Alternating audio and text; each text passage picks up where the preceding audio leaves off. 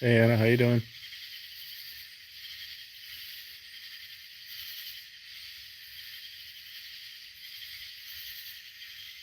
Good night, Anna.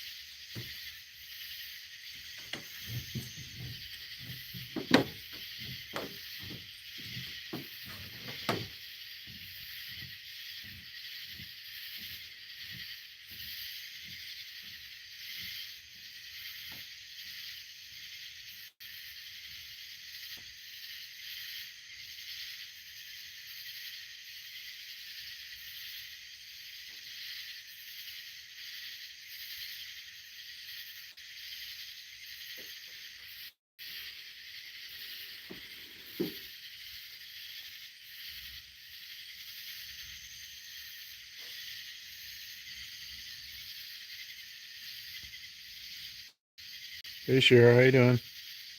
Yeah, a lot of bugs outside tonight. Got a little rain tonight. Today. Can hear a plane way up in the air too.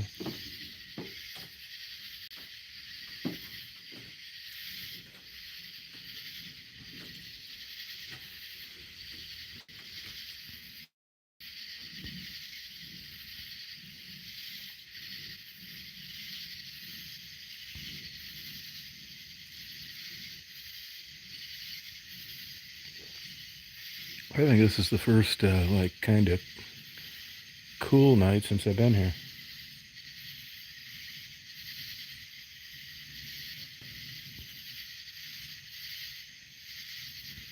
Yeah, I have to hear. Actually, the weather said 50% chance all week, so I'm glad we got some. It wasn't much, but not complaining. Hey, Rita. Not that much, Rita. Not really. Not like you think. I've heard a couple like full tilt, super loud, and that was about it. Was it scary to you?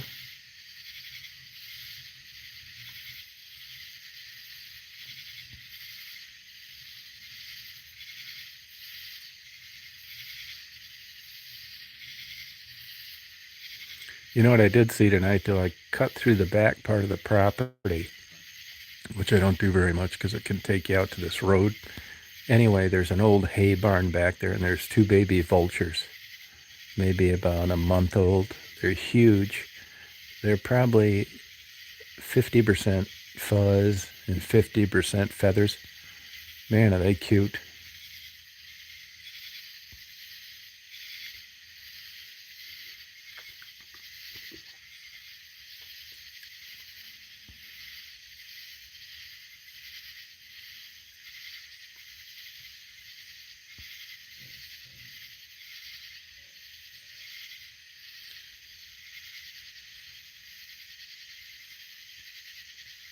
Rita, is that what's making this noise right now, cicadas? Yeah, I may try and get a couple pictures of them tomorrow. I hate to disturb them. I happen to notice them at dusk. You know what else I did tonight?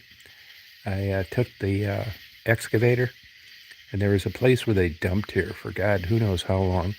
And anyway, it was an old trash pile, and I took the excavator and I took a couple big scoops, found some ball jars, and there's a bunch of stuff in there. And I keep looking.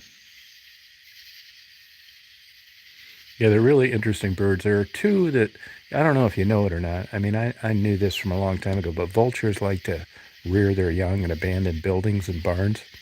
We had 2 in the early spring in that one building where the slaves used to live. And then I think they're on their second clutch of eggs now, and it's a big, huge male and a female. And at first they were really skittish of me, and now I can actually go by there in any of the equipment, and they'll let me, and when I can turn the engine off and get out, I can get about 20 feet from them, and I could no way do that before. So I think they might recognize me, or they're just used to the equipment, but they're really cool looking.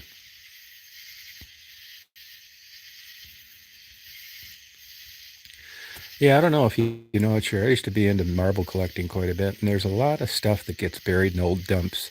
Pottery, marbles, guns. So it'll be interesting to see what I find. I hit clay about a foot down, and this red Georgia clay is tough. I mean, you're not digging through there like you're digging through in, dirt. But I took a couple big scoops, and I'm going to knock it and go through it. I don't have my metal detector down here with me. But, there are other things in there, too. But there's some good pottery. They actually call them privies. And they've yielded some pretty good things over the years. My buddy, the guy that I'm down here with, it looks like he's buying 35-gallon, 5-gallon buckets of arrowheads. And all the arrowheads were picked up by a guy that died that was 95 years old that lived down in Pensacola Beach.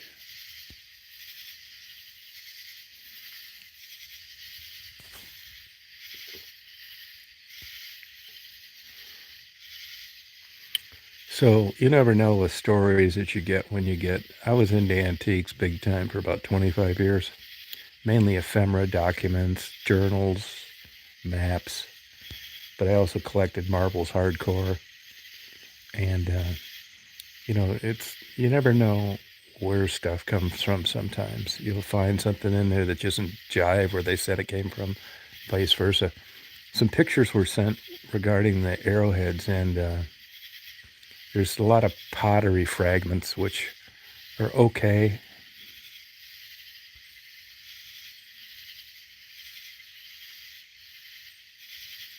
Yeah, I'm not sure what that is making noise, to be honest with you.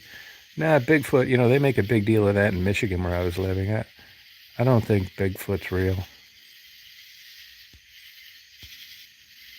But if you look up West Ranch, Michigan, they're really into Bigfoot up there. The Animal Planet spent a week out there looking for it. And they have an annual get together where experts come in and speak about them. West Branch, Michigan, Bigfoot, if it interests you. Hey, Jessica, how you doing? Good.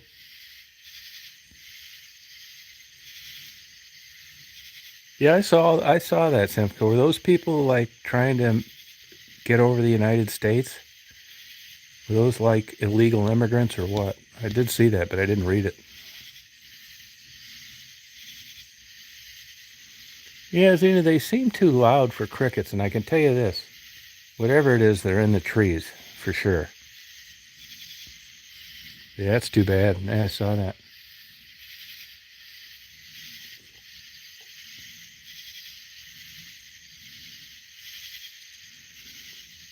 Oh, cool, sure. Oh, I believe it, Conan. Oh, that's terrible.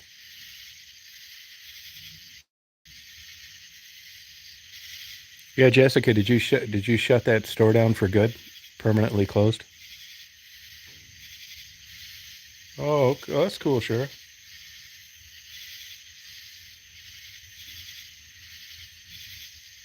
Oh, they're katydids? Yeah, I'm not really sure what they are, to tell you the truth. And to be honest with you, it rained here today for about an hour.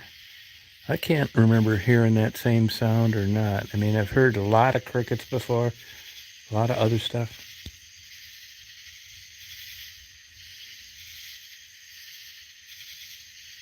Oh yeah, no, I know. I know people that make good livings refinishing furniture.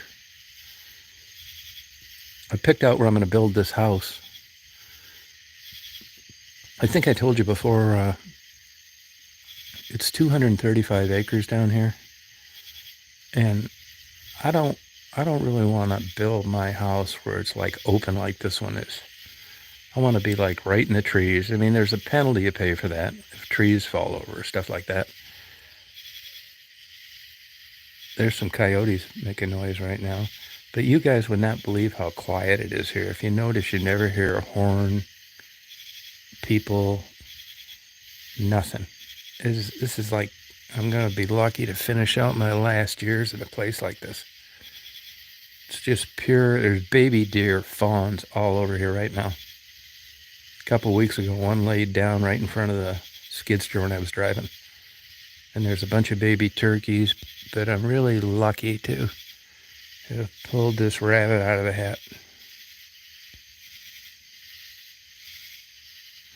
Yeah, I really got lucky. Just meeting this guy to begin with. Yeah, a little baby deer. But it's so quiet here now. I think if I would have been much younger, I probably couldn't have handled it.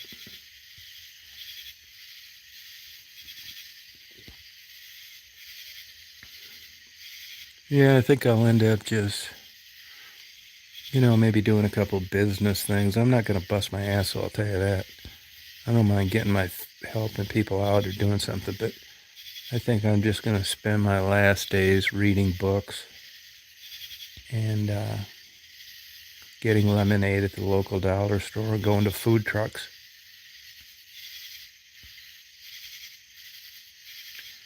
Yeah, the first month was really rough. I was just sitting here thinking out here tonight. If I didn't know this guy, I don't think it'll worked out too good, to be honest with you. Yeah, I had pretty much tapped out everything, and uh, this was enough of a craziest get in your car and leave town distraction that if I didn't have anywhere to go, I wouldn't have done it. And it's just weird how things work out like this.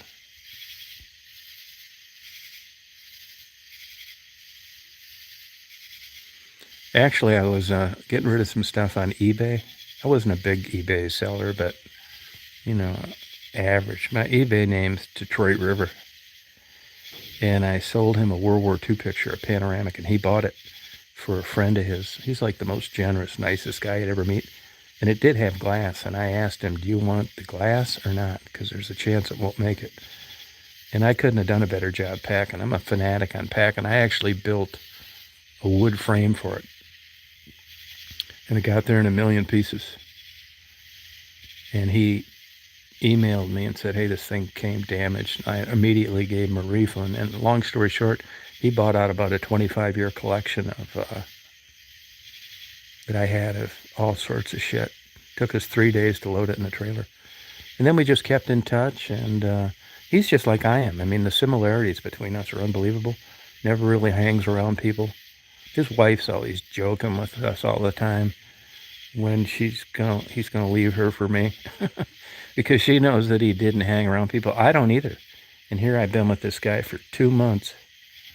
Solid. Never a disagreement. Nothing. So, you know, you guys know that have been around a while. I had some problems with depression. And hey, speaking of depression, look up an interesting picture. It's called The Vulture and the Girl. The Vulture and the Little Girl, Vulture and the Girl. You can find it. It's a guy that was in Sudan as a photographer. He ended up killing himself after he won an award for it. But anyway, what I was saying is, you know, it's just funny how this has worked out for me. I can't explain it. Yeah, thank you. Yeah, it's so weird, man. It's like we hang around all together. He's got a great sense of humor. You know, he's like a big animal lover. You think it'd be weird or uncomfortable, or it's funny.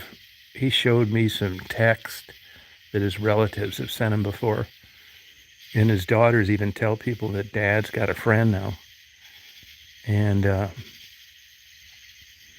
they all say they don't believe it. I mean, he's a very popular, nice guy. But he doesn't you'll never see him out hanging around with guys. I'm kind of like the same way. And like we're both animal fanatics. So it's just funny how it works. Daisy sleeps with him more than she sleeps with me now. Yeah, and I wasn't doing too good in Michigan. And the likelihood of me getting better there, I think it was pretty remote. I've been dealing with this like forever. I've done this a bunch of times.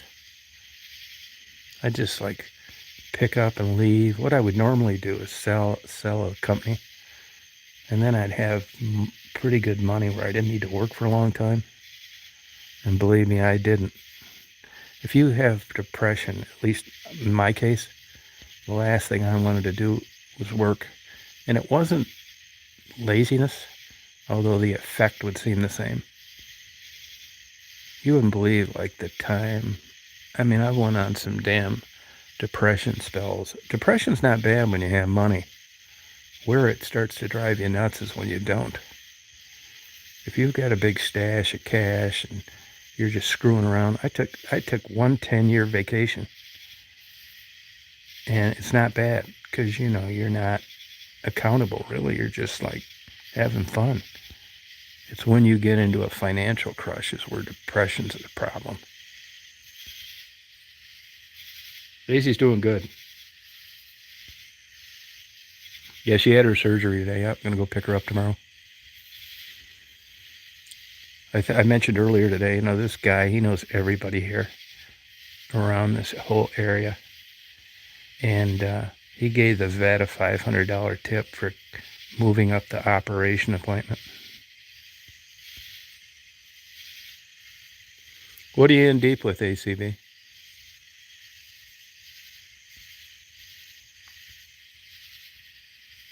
I'm serious though, man. I don't think that you know, I don't know. It was not looking good.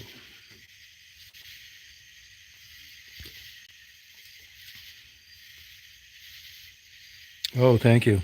Yeah, I got super lucky. But I can tell you, I mean, whenever I get a chance, I help people out too.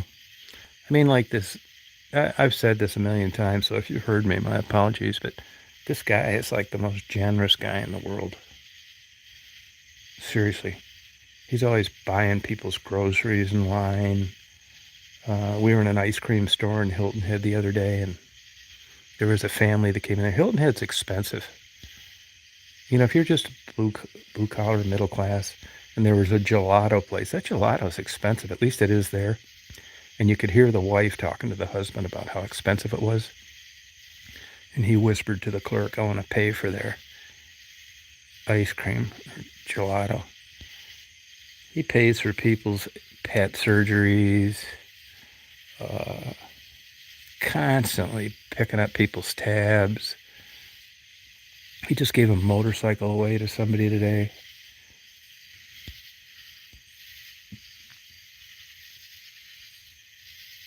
Yeah, sorry about that, ACB. I've been the same way. How old are you, if you don't mind me asking?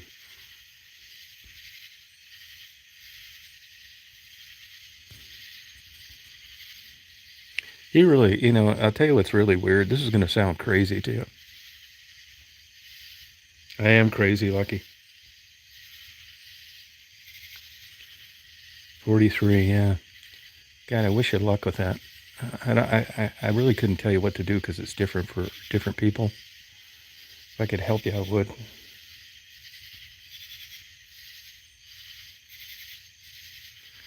Depression, at least in my case, paralyzes you. You can't get anything done. I couldn't even finish painting one room, and I don't work.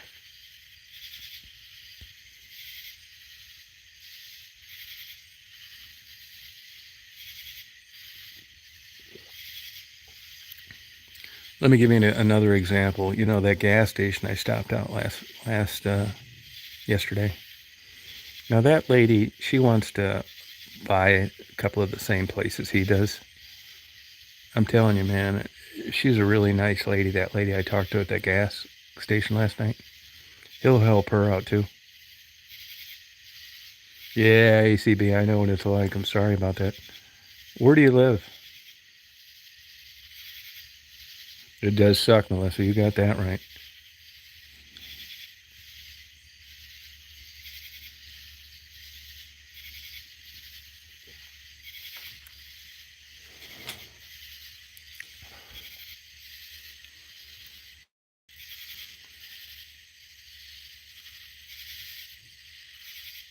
Oh, those are cicadas? I didn't realize they made noise at night. All as I can tell you is this, ACB. I mean, I've struggled with this since a kid. And I would keep trying different medications. And even the expensive ones. You can get the medication free if you're what they consider functionally uninsured. Like I'm taking Trintrilix now, which has really helped me out a lot.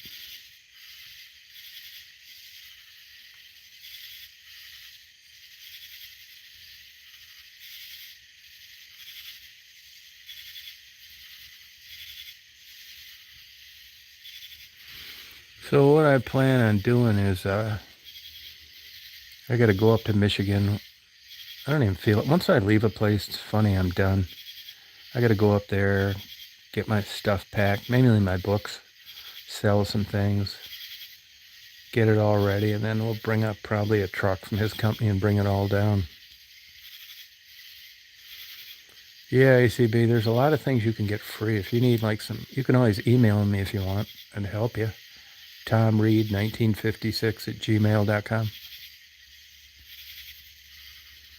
Yeah, if you don't have a good support system, you're screwed.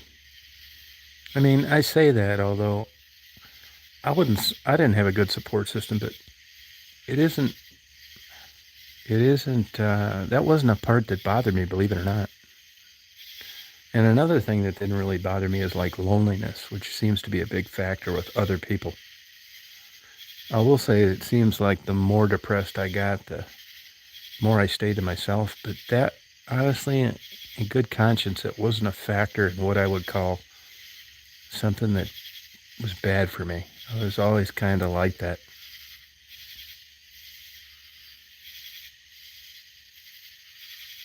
No, I didn't get the genetic testing. I should have, and I didn't. I would have, though, I think this time if this, it's funny because I gave away about $1,000 worth of Trintellix to somebody that couldn't afford it. I think I was on it before, and I think I'm just, it's easy. Hindsight's 2020. It's easy to look back and figure out what it is you should have done different. And I think what could have, cost me getting relief earlier is that I had a non-psychiatrist prescribe my medication, and they just don't have the experience that a psychiatrist would. And I think because of that, I quit Trintellix without a big enough dose. That's the thing. There's so many variables of that. What to take, how much to take, how long you stay on it. So it isn't just like taking an aspirin or a blood thinner or a blood pressure pill. Either it works or it doesn't. There's so many variables with these other medications. Yeah, Melissa, the reason that I'm open is because I'm older now. I'm not running for office. I don't need a job, and nobody can use it against me. But I've said all along, if I was, 21 years old starting out in life, I probably wouldn't talk about any of this because there still is a stigma attached to it. And if an employer, as an example, is looking to hire someone, if you've got 50 people applying for the job and 49 of them don't have problems with depression, why would you hire the guy or woman that does? I mean, I get what it's like the MMPI testing. Depressive people are a pain in the ass. They want to start unions. They're never satisfied. They're tired. They're grouchy because they're not getting sleep. So, I mean, I hate to say it, but I understand these companies have enough data from people that are depressed compared to people that are not. And it doesn't make any sense to take on a project when you can hire someone that doesn't suffer for having any of these issues. Yeah, but believe me, it will follow you around. And what happens nowadays, on that note, this kind of jogged my memory. There are some people, I didn't do it because I was always able to get Narcan for free through different people I knew. I mean, I felt that if I was ever driving around somebody who was overdosing, I'd try and save them. So people knew that and they gave me Narcan. But what'll happen sometimes is you'll see some of the major chain drugstores offer free Narcan. You want to be very careful for that. And I'll tell you why. Because what happens now is everything's computerized. Even though there's HIPAA, that bullshit is set up in a central database and certain places have access to it. So let's say, for an example, you're a good person and you want to be prepared in the event that you see someone that's overdosed. So when they offer free Narcan, you go into CVS or Walgreens like, hey, my name's Tom Reed. I like the Narcan. Well, it's still a prescription. And you got to fill out everything. Now, they're not going to charge you, but that information gets loaded into your database profile. Now, the downside to that is nobody knows when they're reading your profile that Narcan wasn't for you. See what I mean? So be careful. Another thing, too, if you get admitted to a psychiatric hospital, there's a huge difference between voluntary and involuntary. In other words, if you go in yourself, it's like, hey, I'm depressed, I'm thinking of killing myself, I wish you could, I'd like to be admitted, that's one thing. But if somebody else gets you admitted, like a law enforcement agency, a doctor, a relative, that will follow you around till the day you die. And the reason for that is because it's run through the probate courts in the different states. And what happens, I don't know if you know this or not, but judicial systems data gets sent. Usually it's biweekly, and it gets sent into the state. And once your name gets tagged with an involuntary psychiatric admission, you're never going to get that out of that database. It's going to follow you around forever. So if you ever have problems, or you ever get locked up, or you ever have an involuntary admission, a psychiatrist can change that paperwork before it's ever adjudicated. This is huge information that unfortunately a lot of people don't find out until later. All as they know is that they were admitted, and they really don't know that that's going to be a lifelong record that they're going to have to defend. So remember that. If you ever get admitted, if you're admitting yourself, no problem. If you're just showing up, no problem. But if you get admitted by another third party, get the psychiatrist to fill out the paperwork. It takes about 5 minutes so that your involuntary psychiatric admission is turned into voluntary. That way, it's never reported through a probate court. It's a big deal. It isn't a big deal at my age, but it's a big deal if you're young. Yep.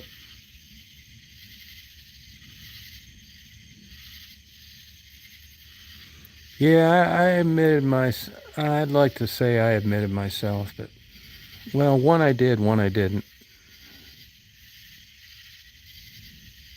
Yeah, and the one I didn't, I guess I got in an argument with a ambulance driver, and the ambulance driver told the emergency room nurse I was a dick. But I was lucky enough, when you're in a psychiatric hospital, you have a lot of time to read. Not where I was at least one of the times. I didn't have a lot of computer access, but when I did, I researched, what the deal was, and I read about it.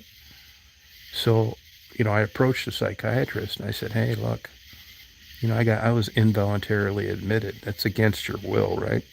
And I got the paperwork changed. Now, honestly, if they'd have said, well, it's too late, I wouldn't have given a shit. I was already in my 60s.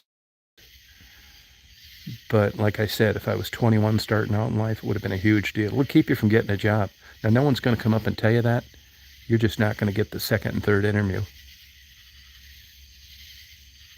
Yeah, ACB, remember that. You want to make absolutely sure. Even if in Michigan, they have what's called this never happened to me either, but in Michigan, they call it the Baker Act.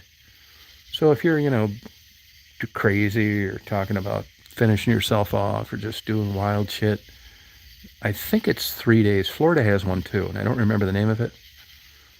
And they can come get you and take you right off the wherever you're at and lock you up. You can't do shit for like 3 days, I think it is.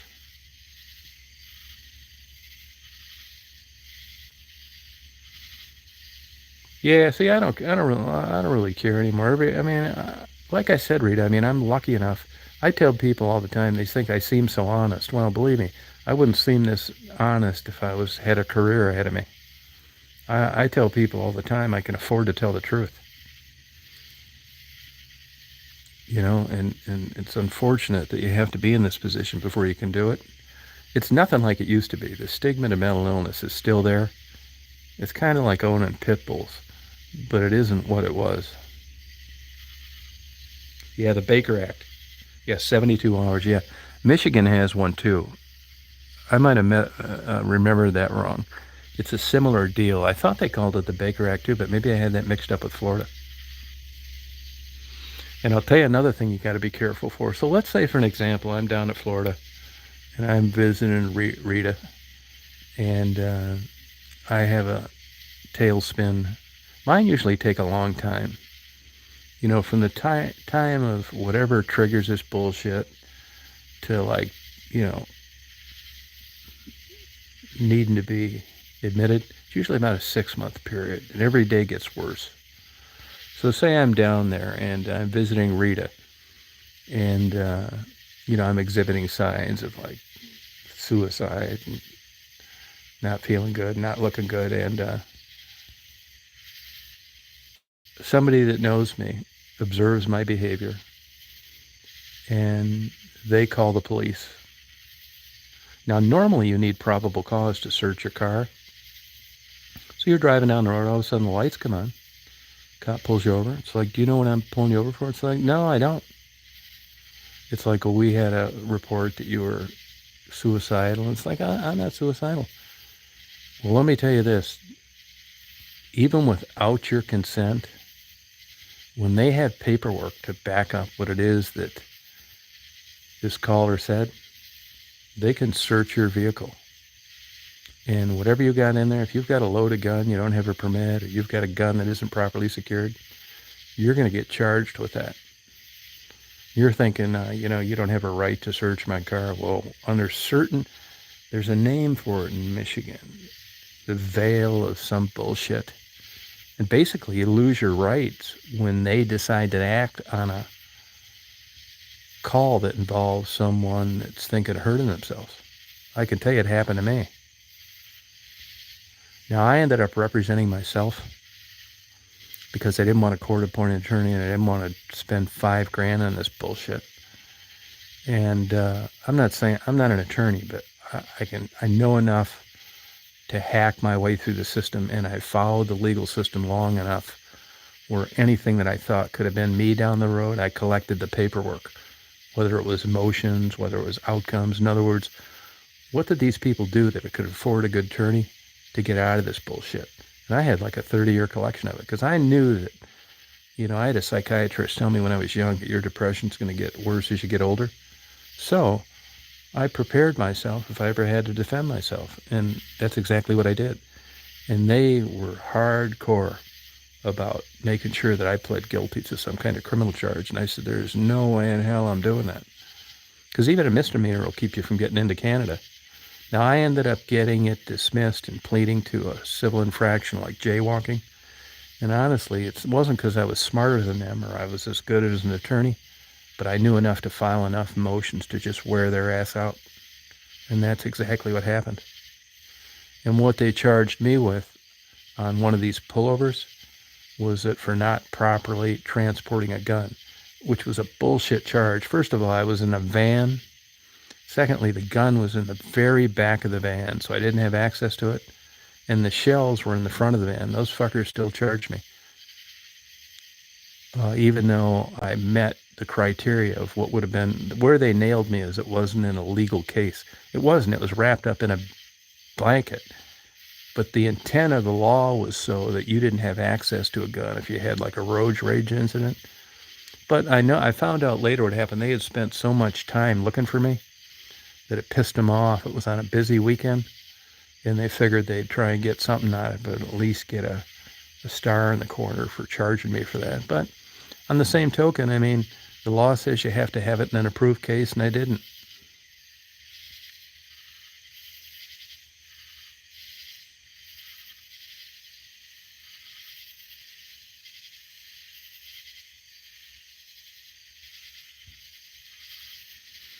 Yeah, I think like anything too, I think it's who calls and how credible they are. Now if you're at home and the cop shows up and you tell him to get the fuck out of there, I think it just escalates. If you're saying, this is just a troublemaker, they don't know what they're talking about. But the lesson learned here is there's still a stigma attached to that. And you want to try to keep that from being a permanent record. Hey, Eva, how you doing? Yeah.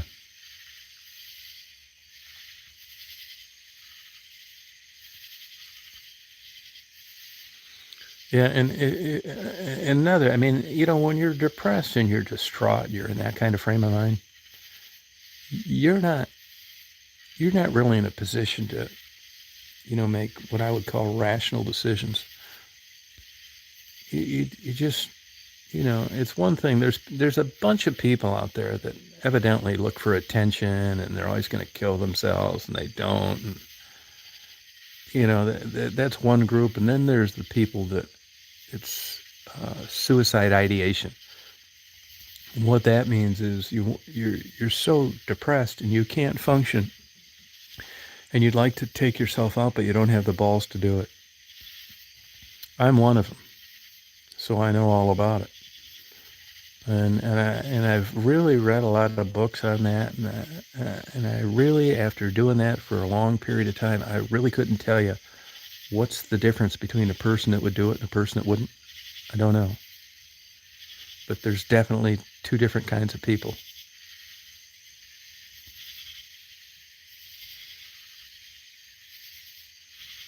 Yeah, but when you're depressed and you're thinking of like calling it quits, it isn't exactly the time to be diplomatic. You know what I'm saying?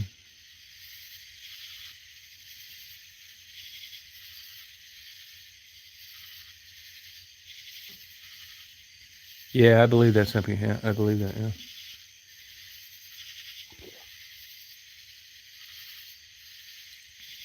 that's it. ACB. Yeah, yeah, it's true.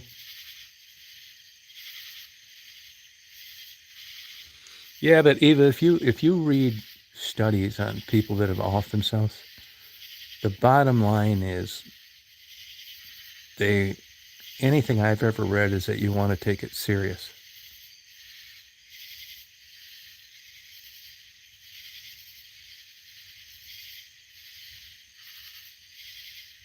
Oh, sorry about that, Michael.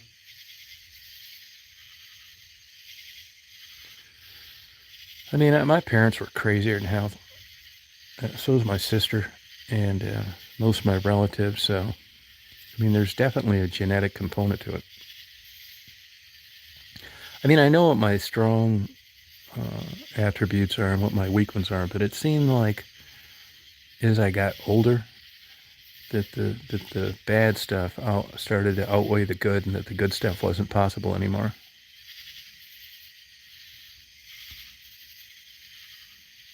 I would say until about I've been self-employed my whole life, and what I would do is I would start these detective agencies, believe it or not, and uh, I knew where the money was at. There's no money in this stuff they make TV shows and books about. The money is working for insurance companies. And the reason for that is because there's tons of work, tons of surveillance, it's steady. So once I found that out, that's what I did. I'm not saying that I never did other work, but I wasn't interested in it. Let me put it to you this way. You call me up and you say, hey, Tom, my husband's fucking around. I think he's screwing his secretary. If you don't really realize how surveillance works, you don't realize that you can spend so many hours on surveillance. I mean, I was charging $800 a day 30 years ago. And I could spend a month on surveillance and not find out a goddamn thing. An insurance company understands because they've hired enough PIs. They know that, well, nothing happened. That's the way it goes. Well, if you're following around marital marital issues from people that think their spouse is fooling around, they want to spend like a day or two. And if you charge them $2,000, I mean, they're expecting 45 minutes of screwing on top of a picnic table in the middle of the park. They don't get how real world surveillance works. So I learned early on in my PI career that I didn't want to do work for individuals. Didn't pay much. They bitched all the time, and they were never happy unless you got some great shit. But for the dollar amount that they were willing to pay, it wasn't worth taking on the case. It was just a low batting average. So I pretty much stuck to third-party insurance companies, self-insureds, stuff like that. I went where the money was at. So what I would do is I'd build these, I would start a detective agency, market the holy shit out of it, and sell it to employees. It worked most of the time. The last guy defaulted, but I had really done really well up until then, and it didn't really matter that much. So what I'd do is I'd sell it, have a ton of money. I'm not talking about crazy money, but like $1 million, pay tax on it, and then, I'd get into a depressive spell and I wouldn't work for 10 years. And, like I said, when you have money and you're depressed, it's not that bad of a deal. So I'd go build a house in Florida, breed parrots, tropical birds, all this crazy shit. And when I could see the money was about ready to end, I'd start another one.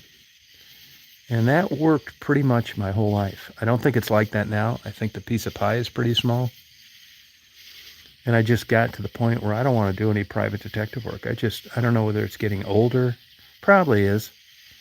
If you look at lack of energy, particularly with older males, I know a big factor. Everybody thinks it's testosterone. It's human growth hormone. Just don't feel like doing shit. So I made it this far. When I settle this divorce, I'll be really good. I'm okay now. I mean, I don't need to work. I get my first Social Security check, I think, tomorrow. And this buddy of mine, I'll do different things for him and, you know, fuck around down here. So I pulled a rabbit out of a hat at the end. I should have a lot more money than I do, but honestly, it was never, that's more of an interest in a hobby than it is a staple of discipline in someone that's chronically depressed. I could have retired probably at 35 if I was one of these people that was always following the stock market and making investments, but it just didn't interest me that much, to tell you the truth. And it was always so easy, like, to start a new business and sell it, that I figured it'd just go on forever. Yeah, you're right about that, Michael. Fasting does increase that. Yep, you've been reading. Yeah, I'm not greedy or anything like that. Honestly, my whole goal, my whole life, is just making enough money where I didn't need to work. I know that sounds terrible. I mean, I like starting new things, going to new places, and after it gets, I'm good for about 10 years someplace. Now, at this age, I've got an idea that this should be my last stop. I'll be 66 in January, and I'll get a really good divorce settlement. Plus, I'm going to do a little work, and I get Social Security, and I have some savings, and I haven't sold my condo yet. I mean, I'm not rich, but I got enough, like I said, my main goal is so I don't need to work. Oh, okay, Michael. I got a beer right here. Yep. So there's a lot of factors involved with that, you know what I mean? You know, on one hand, I mean, I wish I could. I've even looked into PhD programs sometime. I mean, I'm crazy enough to do some stupid shit like that. If this wouldn't have worked out, I think there could have been a chance to where I would have. And I'm not that great of a student, but I'm good enough when I have to be. I think what I probably would have done is just went to grad school, maybe got a PhD in something if I had to, or a Psych E. I mean, I can do good enough to graduate. I'm not going to be top of my class. I'm really not that good of a student. And I probably would have just went to a rural community where they would have, or a place like Alaska where they'd hire an older guy like me. Believe me, age discrimination is alive and well when it comes to jobs, but there are certain places where they can't get enough people to help. I might have just distracted myself with going back to school, even though I hate it, because I just didn't want to sit around cashing Social Security checks. But this place has offered me a good enough distraction. As you guys can see by these boring videos that I've been uploading lately, I fuck around on construction equipment in the daytime, watch crime shows all night, drink premium beer, get up and go to food trucks in the morning. I know. Now, I do stuff around here, and I don't have to, which, I mean, if you had it as made as I do right now, I mean, how could you take advantage of this and not want to do stuff? You know what I mean? Honestly, up until I got down here 2 months ago, I could have had zero interest in heavy equipment. Now, I wouldn't call what I'm doing heavy equipment, but, you know, it is kind of like construction equipment. And I didn't even know how to drive any of this shit. I watched YouTube videos and read the manuals and went backwards when I thought I was going forwards. And because I have nothing to do and there's no one to socialize with, my days were littered with getting in this equipment and just getting out in the middle of an open field where I couldn't ruin something and just fooling around with gauges and knobs. I swear to God, man. Like, I was digging holes tonight, and I realized that I know how to work it, but I never did it in a working capacity with the excavator. And I learned that you have to dig the holes with the arm and not the bucket. So I was mentioning last week that I know how to run all this stuff, but I don't know that I could, if I was hired, would I get fired? Probably. It's another thing, using a piece of equipment and getting something done rather than just being familiar with how to start it and operate it. And I learned today, digging these holes, that digging is much different than I thought it would be. You got to dig with the arm, not the bucket. Excellent. Antidepressants are excellent. Even my buddy said I have. You know, when I look for a change, I want a report from someone that knows me. You know, because it's subjective. You're biased as an individual. I feel a lot better, and it's the it's working great, way better.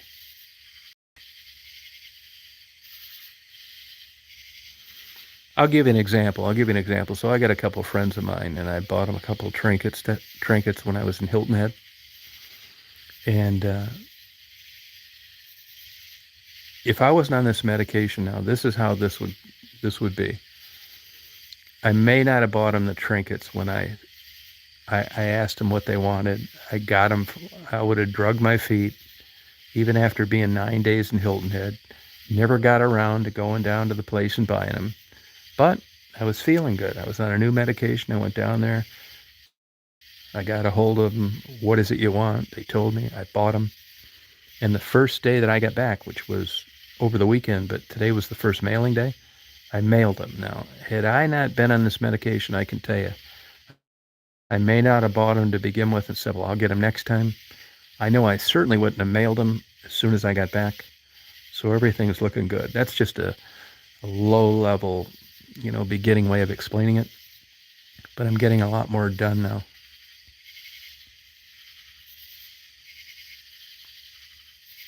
Yeah, I appreciate that, Simka, but because I don't really, I know I'm feeling better, but it's nice to hear from other people.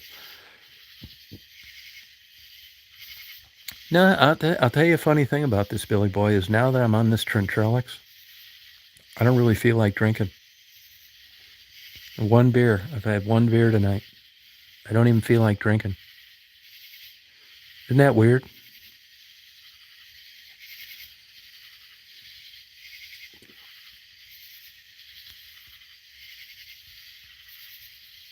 And for the people out there, anybody that's on here that happens to be listening, don't feel like try to just like hang in there.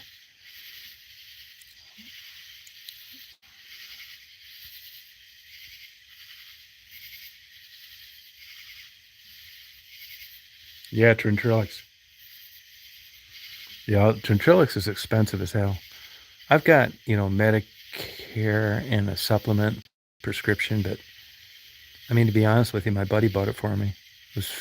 He got me a 90-day supply. It was $1,500.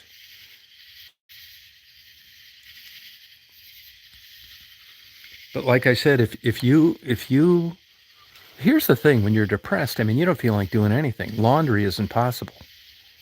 You got to take the clothes, you got to separate them, you got to get soap, softener, pick the cycle, wash them, dry them, then, God forbid, you got to fold them. When you're depressed, stuff like that is monumental. You can't get shit done. I know people, I've run into a lot of people that suffer from depression as well. They buy new clothes instead of washing the ones that they have. Nothing surprises me. It's crazy how it manifests itself.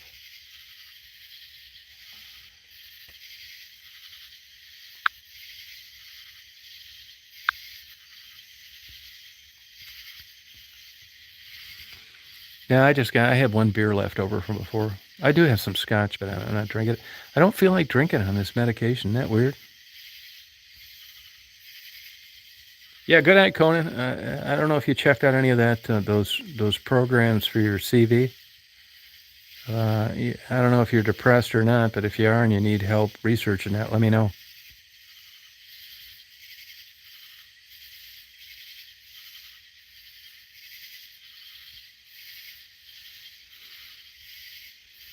Yeah, sorry that happened to you, Conan. That sucks.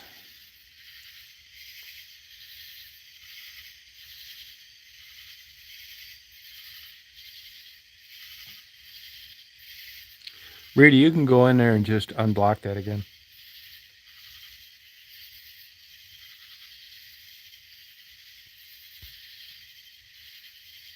Those animals are troopers. They do it all the time. Actually, my buddy I got a buddy that makes a ton of money. He wants to have it all shipped. But he wants to send a moving company up there. I just feel don't feel good doing that. This guy's already done too much for me, you know what I mean? I can afford it. I would never pay to have it shipped. I'd do it myself. Here's the reality of that, and this is what I told him today. I need to go back there, pack this stuff over about a 2-week period. Take my time, sell some things I don't want. He wants to go up there. He thinks we're going to do it in 2 or 3 days, and we're going to drive back to Georgia, and everything's going to be great. I don't want to put him through that. Now, we did get a bid to bring my stuff down here. It's mostly my books, $6,500. It's not worth it. I don't mind. My time's worth nothing in my mind. I could go up there, take my time, kill myself, have everything packed.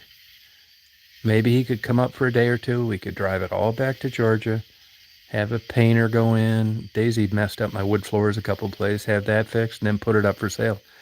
But this notion of going up there with stuff that needs to be sold and packed and and you think you're going to get up there in 2 or 3 days, I've done this stuff enough to know better. I'd rather just do it myself and not put another person through it.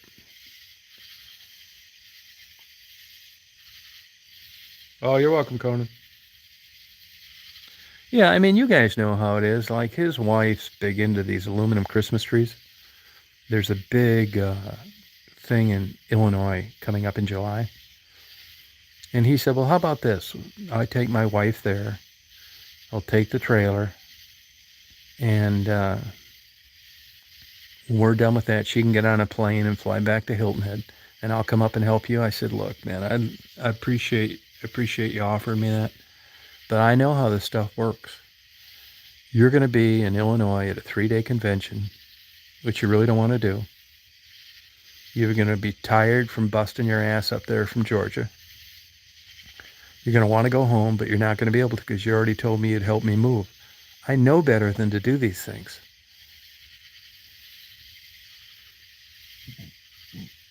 Super easy, yeah. I only paid $75,000 for that condo 11 years ago. They're selling like for 130, 40, you know.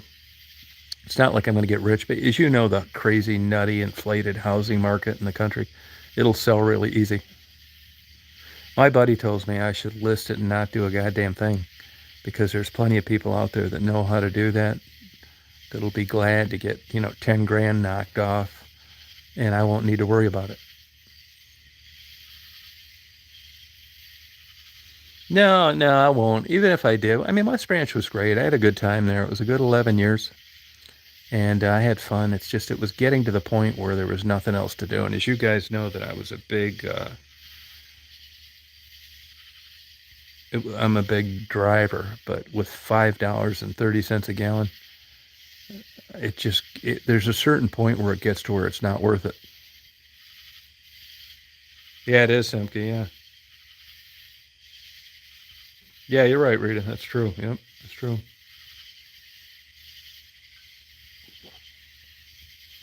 I'll tell you one thing, though, that I'm surprised. I went through about a 10-year period of, like, sleep was just, like, impossible. I mean, I wasn't getting hardly any sleep, and it just got worse and worse. Went all over the hell, man. Cleveland Clinic, about 5 different hospitals, different medications. It just slowly drove me nuts. But I didn't know then, but I know now that it was tied to depression. I would have thought one of these stupid doctors would have figured it out. But I can tell you this, in the first month down here, it was absolutely miserable. I mean, I thought it was going crazy, to be honest with you. And not that I'm a social guy, but at least I like to go up and talk to a clerk at a damn donut shop or something for a minute and place my order. None of that down here. I mean, I like nature and bugs and all that shit. I like it when I'm doing okay mentally, like now. But when I'm not doing okay mentally, it's not that fun. Oh, 489? Okay. Yeah, I think that happened to me. I think that happened to me, Billy Boy. I don't know why that is, because it's a nice place to live. Oh yeah, I got that goddamn coronavirus too. Actually, today would have been A month and a half ago I got that shit. I was sicker than hell for a solid month. I'm not shitting you, man. I said to myself, if I don't get better, I wish I'd just die. I mean, I didn't even have the respiratory things. I'm probably being a baby talking like this, but I felt like absolute shit for like a month.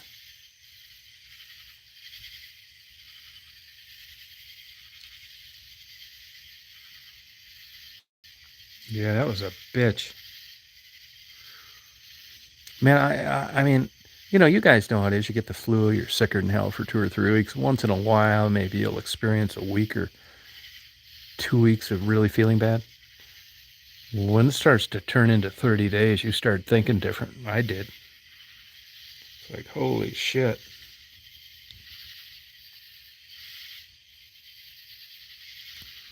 Yeah, no, I mean, I grew up there. I had a lot of good memories there, but I found about like maybe 15 years ago, I just started cutting myself off with people and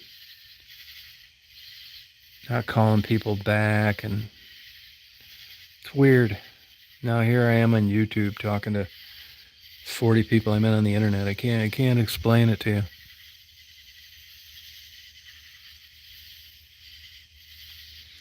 Yeah, I think my opportunities in Georgia is because of this unique situation I have. Other than that, no way. Yeah, good food in Georgia. I'll tell you that Washington, Georgia was really good. Excellent. Oh, depression. Oh, okay.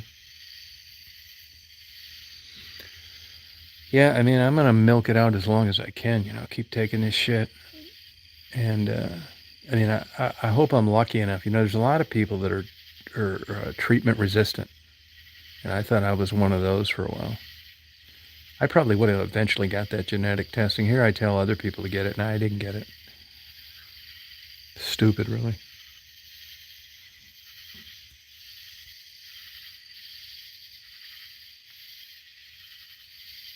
Yeah, that's how I am, Dave. Yeah, I'm trying to. I'm trying to. You know, I just, like I said, I got lucky.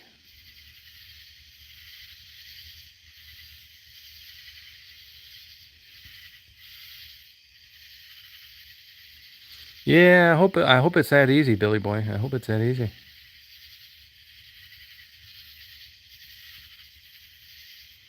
I'll tell you what's crazy down here. I mean, in this day and age, you can't talk about anything, and you get your ass handed to you. I probably will on here too, but I'm going to say it anyway. You know, if you look at racial tensions like in Detroit, there's no shortage of that. I never had any problems with that my whole life. I actually had a black guy as the best man in my wedding. I lived with black guys in college. Now, does that mean you can't be racist? It does not. But I was always cool with that. Same with gays and shit. I don't give a shit. I mean, that was kind of always my outlook. But I'll tell you this, down here, you notice a noticeable difference in blacks and whites, big time. Now, somebody's going to say, well, what do you mean? It's like that where I live. Yeah, okay, it probably is. Good for you if it is. But the difference down here is absolutely amazing. These people are so warm and friendly. And, you know, if you've got your radar on, you might as well turn it off once you get to Georgia, at least in the places like I'm at. Like today, I was in that food truck in Washington. Here I'm talking to this girl, black girl, super nice. We're getting along. Get to talking about, where are you from? Detroit? It's like, no shit. Yeah, so am I, just south of there. And she loves it down here, and so do I. And it's interesting how people could migrate to a place like this, and everybody seems to really love it. And she said the same thing I did. She felt that way because you don't notice one thing about that at all. Nothing. Zero.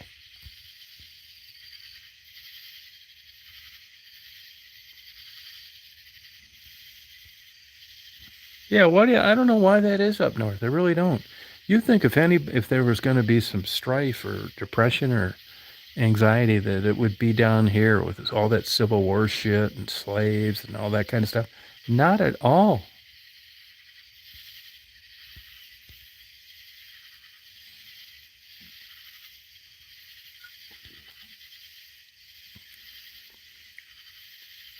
Good night, Virgil. Well, is Rita going to bed? Thank you, Rita. You know, you're starting to go to bed a lot earlier lately, Rita.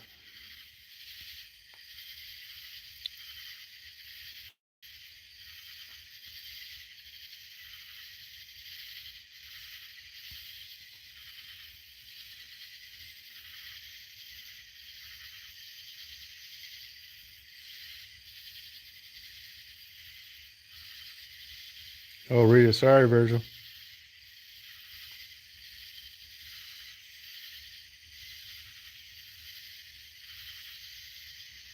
Simka, did you know these cicadas made noise at night too? Wonder why they do that.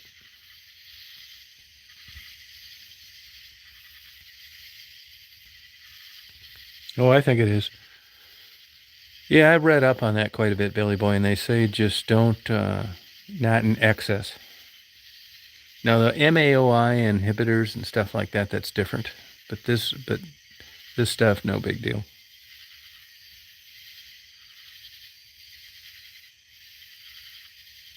And it's not like I'm getting, rip-roaring drunk. I'll tell you what I find interesting, and that is that, I got a few beers left in the refrigerator. And even though I don't feel like drinking, I figure I'll drink them just to get rid of them. But I find that so interesting. That how ingrained that behavior gets into you. Yeah, you're right, Simka, yeah.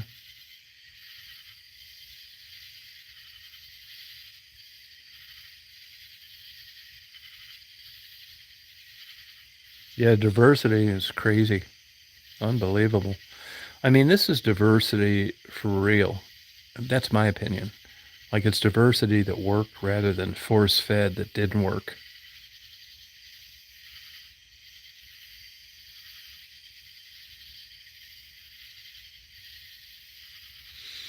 So, normally on a night like tonight, like if I was when I was depressed, depression, I mean, I don't want to make it sound like depression is all bad. It's not.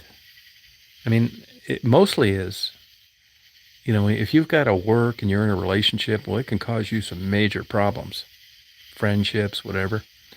But it's not all bad. And I know this sounds crazy, but I thought, I mean, I was really into art and poetry and ephemera and historical documents. And I know this sounds nuts, but I don't think I'd ever been into it like I was had it not been for depression. And the better my mental health gets, the less I have an interest in that stuff. It's crazy.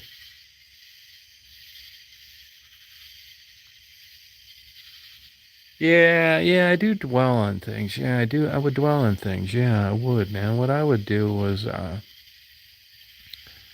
yeah, dwell on things. Yeah, like obsessive compulsive. I mean, I'm not washing my hands 50 times a day, but I'm thinking some stupid shit that happened 30 years ago that I can't do anything about. Oh, hell yeah. Yeah, I think that's true, Dave.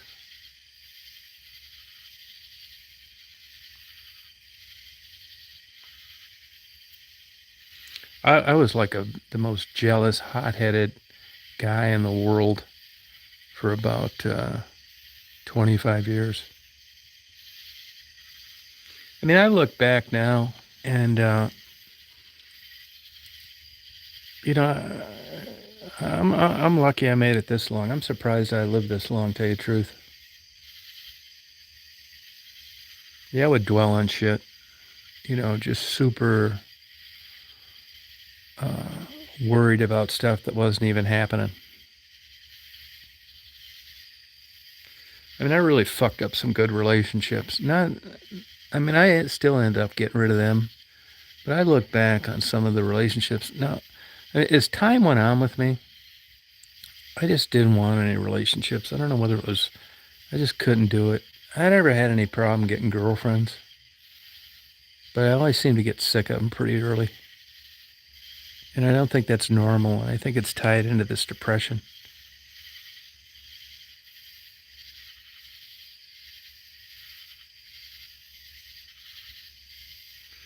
Yeah, I would just like I could. It would be one little stupid little comment. You know, when I was younger, it's like in relationships I had with women, which I had some good ones, but they never seemed to last that long, and it was all me. I was always thinking they were fooling around and accusing them of shit. Just I don't know that that's separate from depression or part of it or what. But I think back on some of the shit that I did and just can people for like the stupidest reason. Just shit that I made up in my mind. I mean, I've said all along, it's like, you'd have to be crazy to have me as your boyfriend or husband. It's great at the beginning. I've had relationships that I've been in said they had the most fun they ever had in their life for about the first year. Yeah, it's well put. Yeah, I get it. Then I start like imagining this stuff that's happening that isn't, and I just get bored and I think it's them. I'll give you an example. So I sell this business in Michigan, and I figured I just got to get out of Michigan. I don't even like Florida. So I moved down to Florida. Down to Florida about 5 years. Same shit starts happening. I didn't know it was depression at the time. I mean, I knew I was depressed, but I didn't think it manifested itself that way. Then I just decided to leave my wife. Although I paid for everything when I left, I wasn't a jerk about it. And I moved to Chicago. And then after Chicago, after about 5 years, same shit. I'm thinking that it's where I lived, who I was with, my clients, that kind of stuff. And then I think, well, I want to get out of Chicago. And I was talking to a psychiatrist, and he said, well, what happened in Michigan? It's like nothing. I just wanted to get out of there. Got tired of it. He said, oh, okay. And he said, then how about Florida? I said, yeah, I was down there for a while, living. I didn't really like being married that much. And, I just wanted to get out of there. He said, all right. And he said, now you're in Chicago. It's like, yeah, I'm in Chicago. And he said, what happened to Chicago? I said, well, kind of the same shit. It's like same stuff in Michigan and Florida. I just get bored and he said, okay. And he said, well, what about the next place you're going? I said, well, I don't know where the next place I'm going is yet. And he says, well, if you had to just throw something out there, what do you think? I said, it's going to be good for about 5 years. And then I'm going to get sick of that too. So, I mean, you would have thought that the light bulb would have came on earlier than that, but it didn't. So here I am in Georgia now. And I think, I'm thinking, holy shit, well, I'm 66 now. I mean, am I going to live longer than 10 years? I mean, in a way, it's kind of a relief that I'm not going to get sick of another place unless I live longer than I thought I would.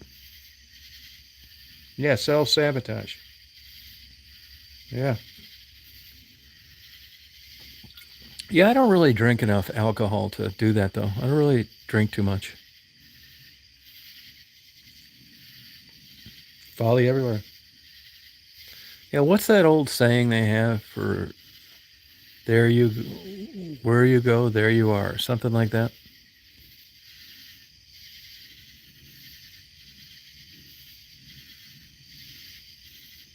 Yeah, I've done that before too. Yeah, I'm the same way, Dave. Yeah. I can't imagine the pressure on you in having a child. I knew I was a little off at an early age, so I always was very careful. I didn't want kids. I just thought, man, I just can't. My parents were crazy. I had a whole history on both sides of lunatics. And even from a genetic standpoint, believe it or not, I can remember in the ninth grade, I thought you'd have to be crazy to have kids. You'd have to be crazy, and I never really wanted them. And part of it was selfishness too. I mean, honestly, despite my problems, I thought I should have got an A+ for the way I turned out compared to my upbringing. But you never get credit for that when you're older. No one rewards you for what you chose not to do. But when I see these TV shows and this crazy stuff on TV and all these people that had these kids with different women and they're behind on their child support, I think that's the same mental illness just manifesting itself differently. Yeah, it follows you everywhere, Billy Boy. You're right. Yep.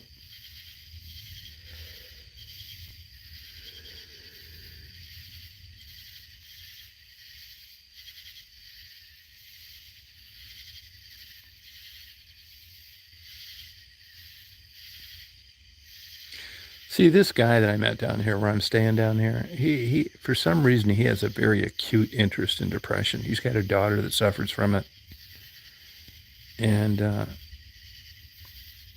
he took an interest in me.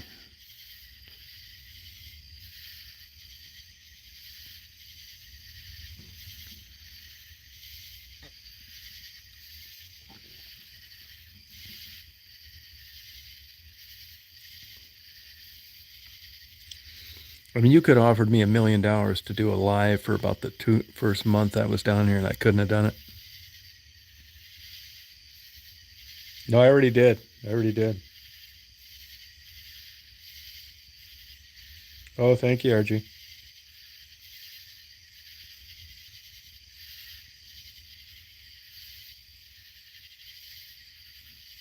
Yeah, I think getting older sucks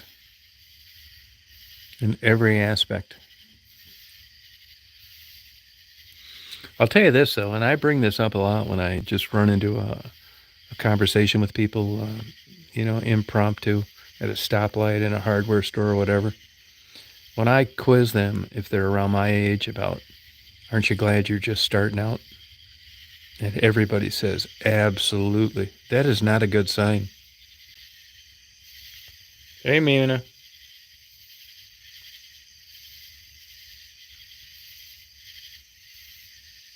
Yeah, like Simca said, nothing's really fun, but I know in a male's case, and I could be wrong, it looks like human growth hormone's the culprit.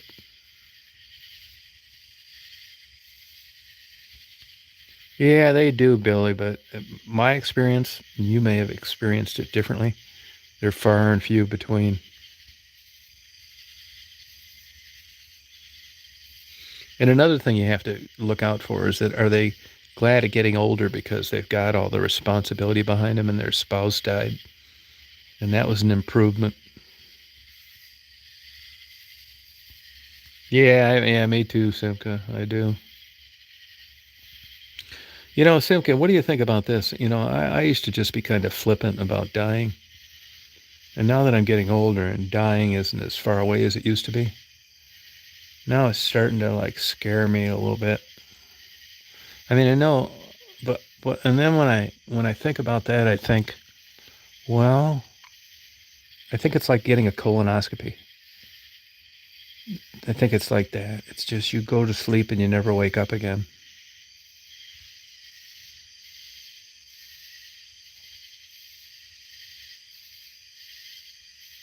Really, Simca? Huh.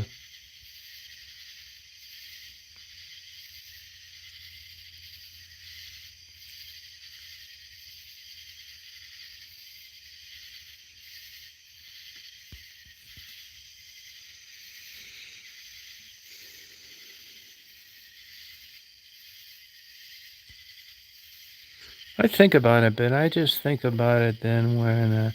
How about this, Simca? If you knew when your last day on Earth was going to be, would you want to know it?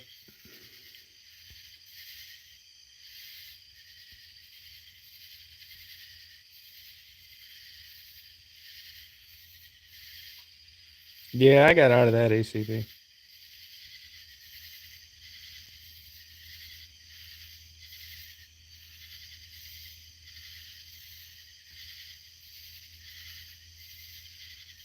Oh, really, Simca? Huh. I think it's just going to be like lights out, just going to bed and never getting up.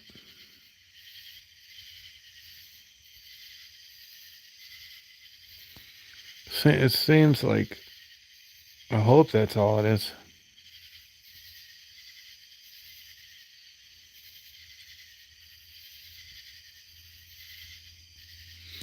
I was really good friends with a priest. Not that that changes things. It could have been a garbage truck driver. And this sounds naive, I know it does, but he died 10 years ago, March. And I kept thinking I'd find some sign, hoping I'd get a sign that some communication.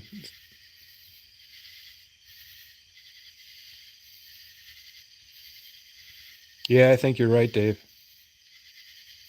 You're right, Silverbutt.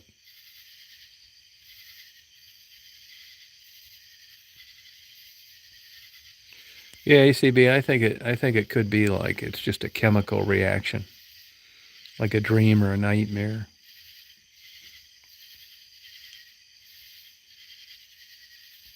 Oh, I believe it, Simka. Yeah. Yep.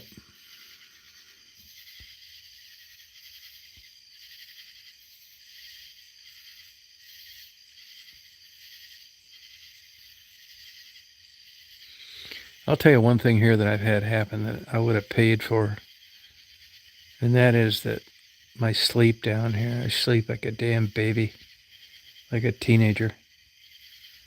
I got a ceiling fan, and I have this big down blanket, and my buddy likes it cold. I turned off the vents in my room and in my bathroom. I don't like it cold, cold, but it seems like the most perfect temperature. And at home, I'd toss and turn, wake up in the middle of the night and all that. Not here. Man, I sleep like a damn baby. Don't even dream. I get up in the morning and that ceiling fan's just blowing the perfect temperature air barely. And I wake up and I don't have anything to do and I go back to bed for another 3 hours.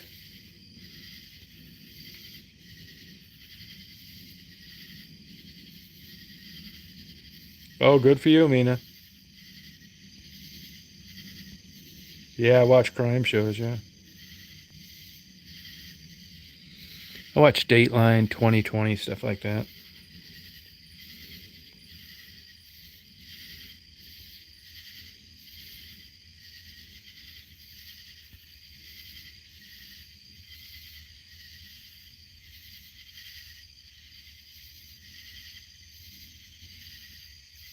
Mina, you said you died a bunch of times. How did that happen?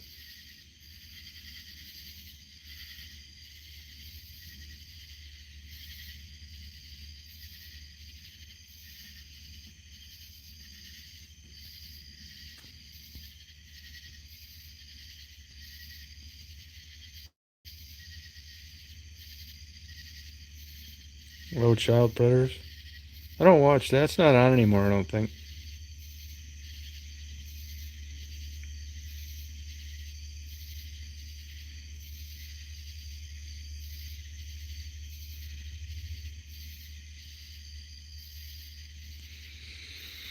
Yeah, well, so far so good, Eva. That's been, it hasn't been the whole time I've been down here, though. Then when I had that COVID, I was thinking, holy shit. Yeah, it's peaceful, Billy Boy, you're right.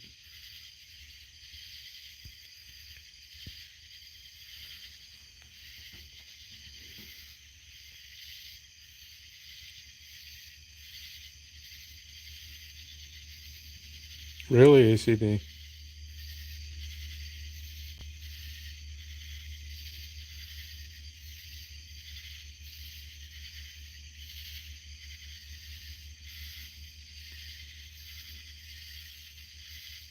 Yeah, Daisy loves Georgia, she does.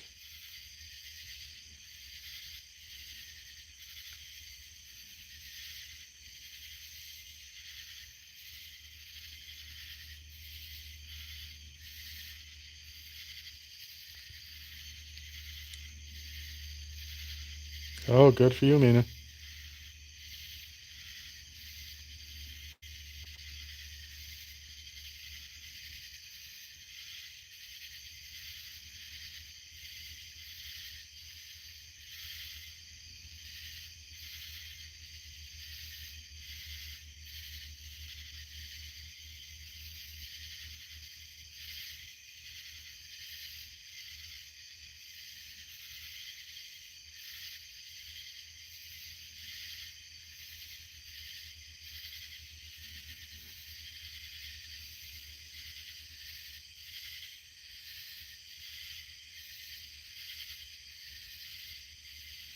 Yeah, so, but that's true, but it is a different kind of adjustment.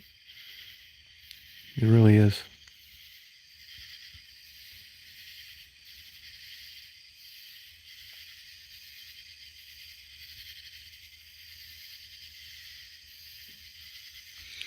Yeah, I mean, I think I'm lucky. I mean, I've, I've been in rural places, but nothing like this. Like, as you guys can tell, there's no traffic, nothing, planes. I mean, I hear one once in a while way up high, but horns, nothing. Yeah, it's slow living. Yeah, you're right. Yep. Yeah, HOAs keep the place from looking like a dump.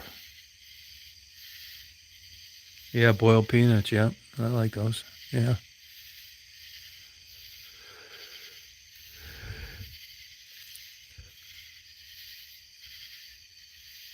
Yeah, laid back.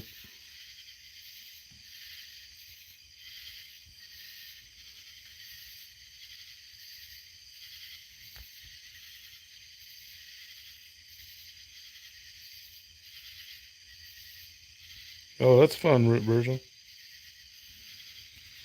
Yeah, no, they ride horses around here. It's too much upkeep.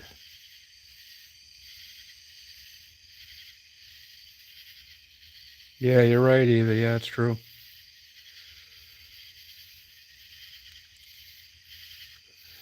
You couldn't ask for slower living than down here.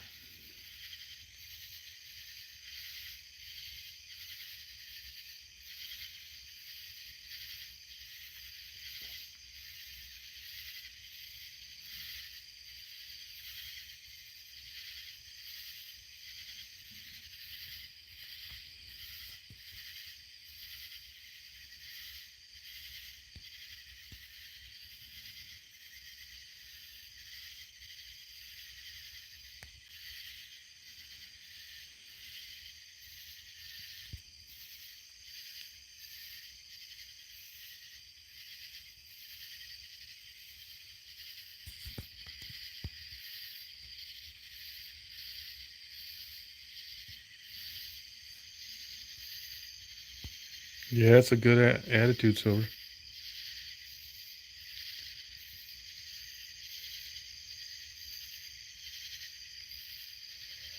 Oh, good for you, Florida. Where are you up around Ocala?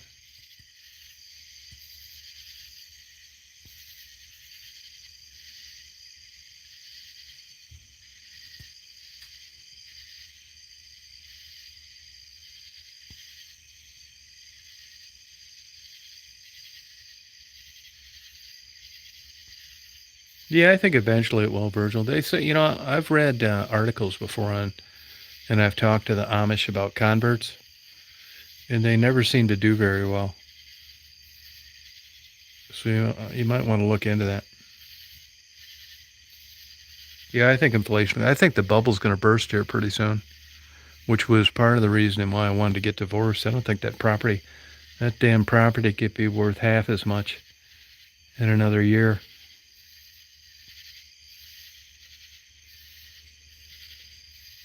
Silver buddy, you get any boiled peanuts up there?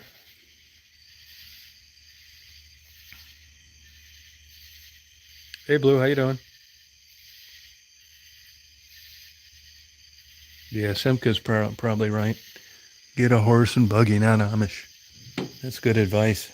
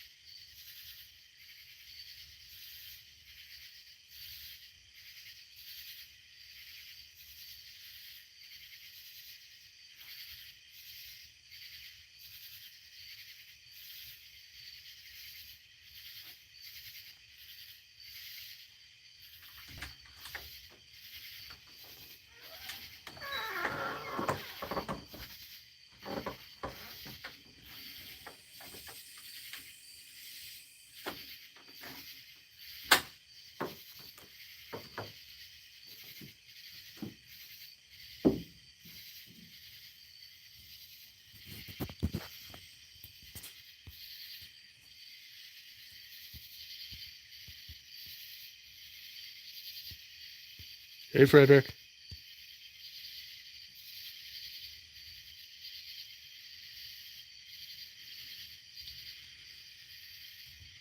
Mennonites kind of like, they have modern things, but it's like Amish mantra.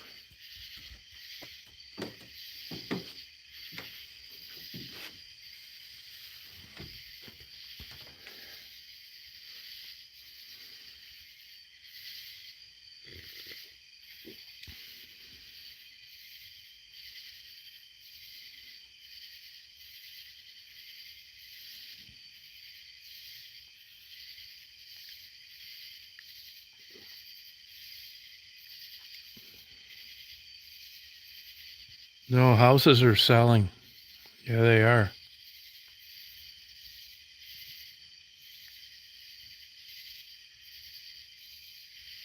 Where at, Mystique? Where did that happen?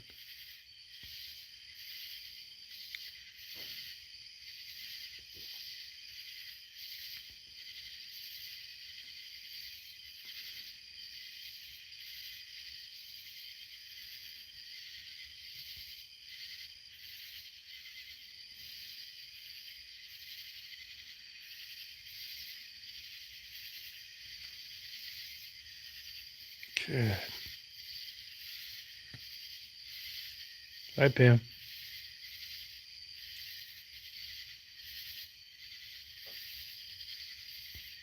Wow.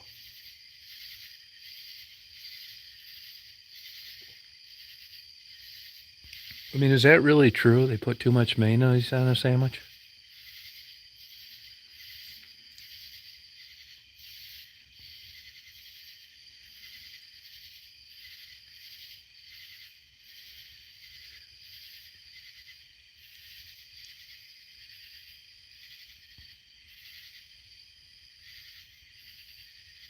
Yeah, that's right, ACB.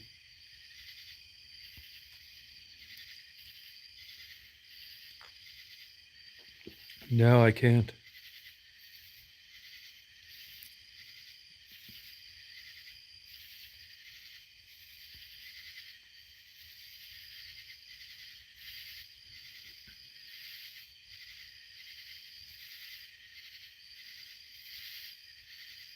Yeah, you're right, Mina. Wow.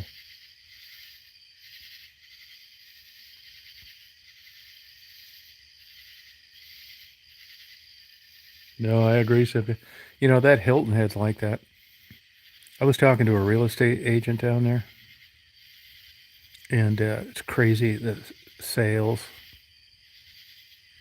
no jobs, crappy economy, gas expensive, and people are paying 150 grand over a listing price in Hilton Head. Yeah, I don't watch the news. I try not to.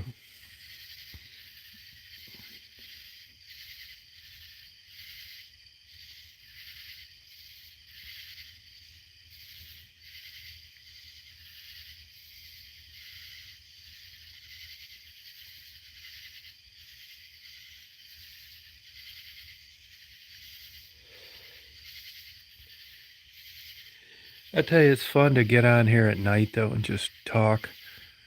It's not a bunch of crazies. Yeah, it is sober, but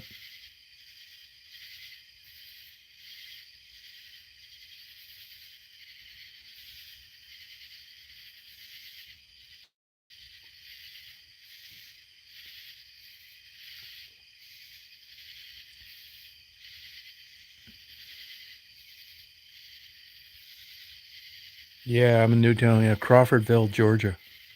Crawfordville.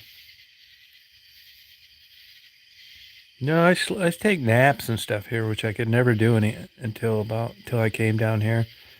I take naps. Hey, Frisky. Yeah, you're right about that. Yeah, I'm in Crawfordville, like I guess central Georgia, Pam.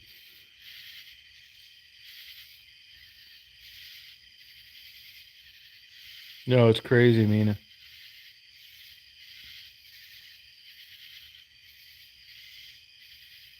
Yeah, it's crazy. I mean, as you guys know, I go over to Hilton Head, but I don't think I'd like to live there. Not really.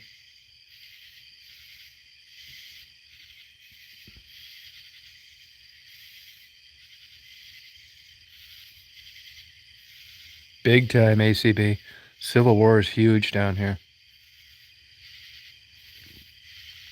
Hey, by the way, I told you about that war today, you know, where it was the first victory.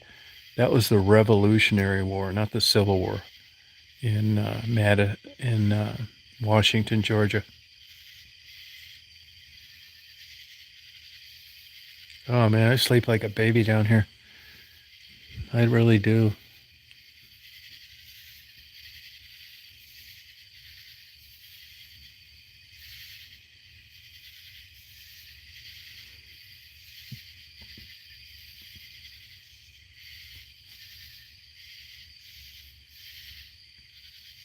Hey, Luna, how you doing?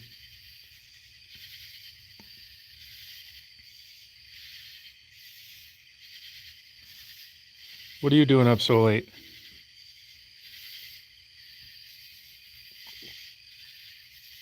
Yeah, it's really a cool little town.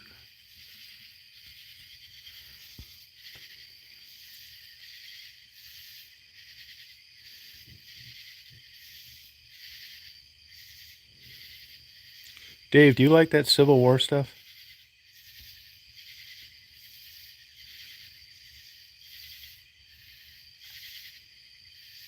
Yeah, that's how I am. I'm a late night guy.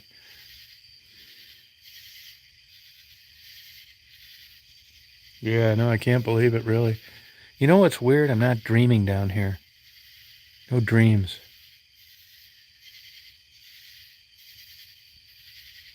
Yeah, you're welcome to come down here if you want. I mean, this place is small, but I'm building a new place. But if you want to camp over here or something, you're certainly welcome.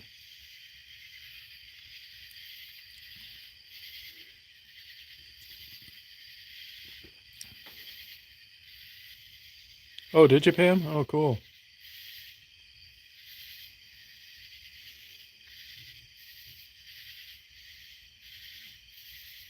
Yeah, that ski lift he bought at an auction, but he said I cured him of collecting, so I think those days are over.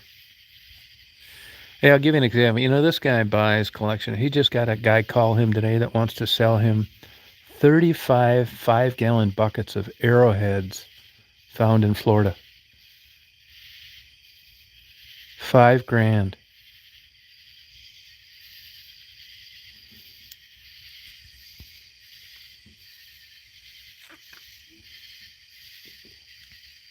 450 people in the town, 1,500 people in the whole county.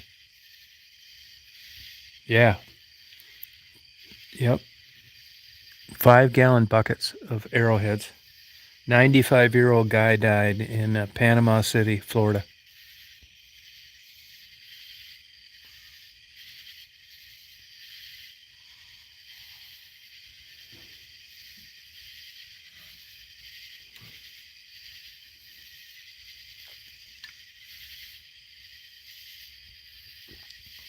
Yeah, he would have just bought them sight unseen, but the guy sent him some pictures, and there were fragments of pottery in it, which he's not interested in.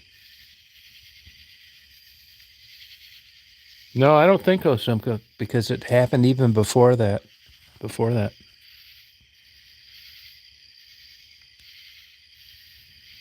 Yeah, I'll buy a bucket of them when he sells them. I'll give them to my YouTube people.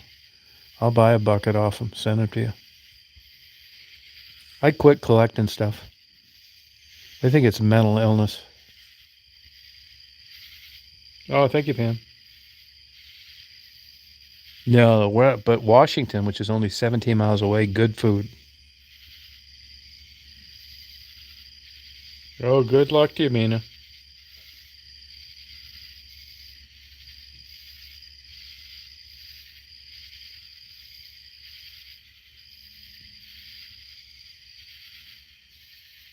No, I'm the same way, Dave. No, I'm the same way, but I think you have my phone number. If you want to come over here, you're certainly welcome to. No problem. At least you could take showers here and stuff if you wanted to. Good night, Kim.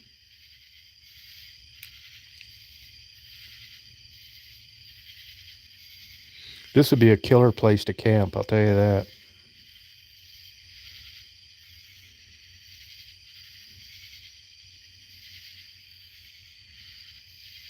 I give people open invitation. They can come visit me when I get this house built.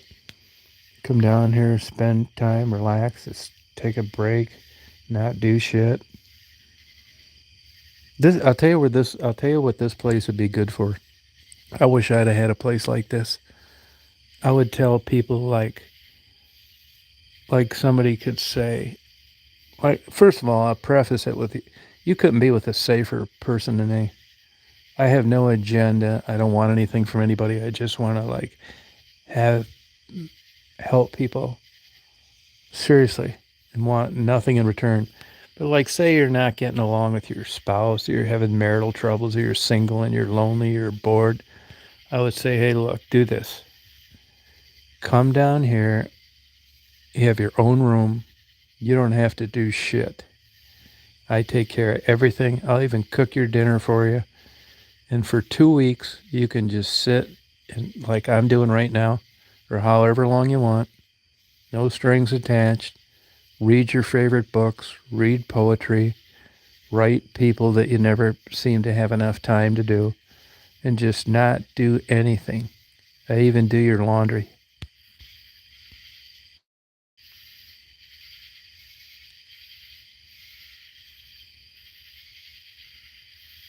Crawfordville. I lived in Cherokee County for a while. Woodstock. But if anybody had a big test to study for, or they just wanted to get away from people or needed time, you can't beat this. I'm not kidding you.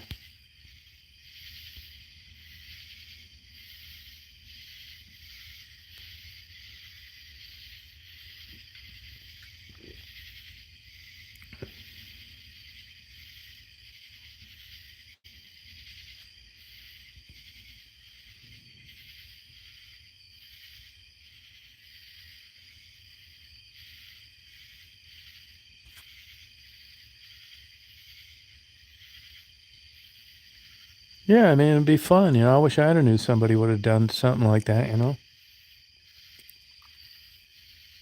No, nope. Yeah, I lived on Eagle Court. I think it was 194 Eagle Court. Do you know where that is? It's an octagon house.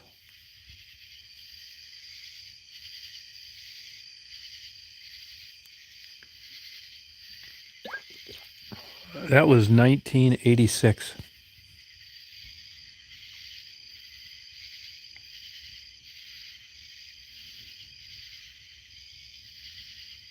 Oh, good for you, Frisky.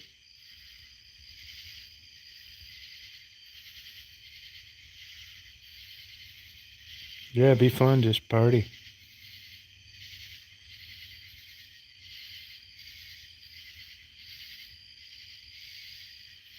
I've never found an arrowhead, to be honest with you. Although I never looked that much.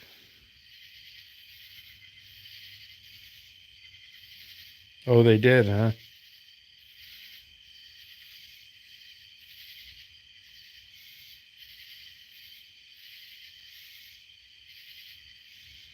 I think my buddy wants it, Virgil. My buddy wants my Bigfoot suit to mess around with his grandchildren.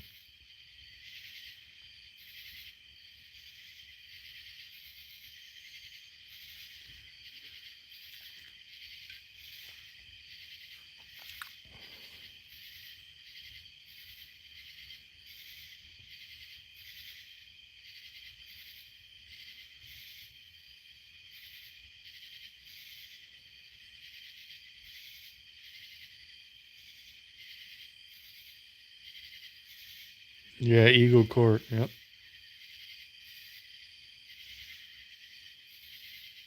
Yeah, that's right. Frisky, I saw these two turkey vulture babies tonight. They got about 50-50, maybe a little more on down and then growing their feathers. They are so cute, baby turkey vultures. Are huge. I was on the four-wheeler, the Ranger, and I turned the bright lights on the top. And they kind of like ducked down. Poor damn things probably thought it was the end of their life.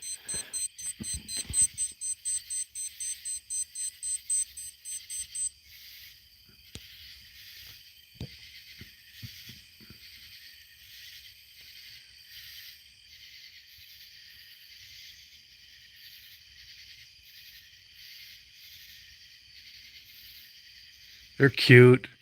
They're really cute. I'd like to go get some pictures of them tomorrow, but I don't like to disturb them, believe it or not.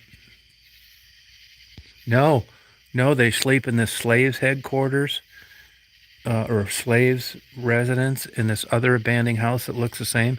And there's an old hay barn on the back of the property. This is like 235 acres. I saw them in there. Good night, Mina.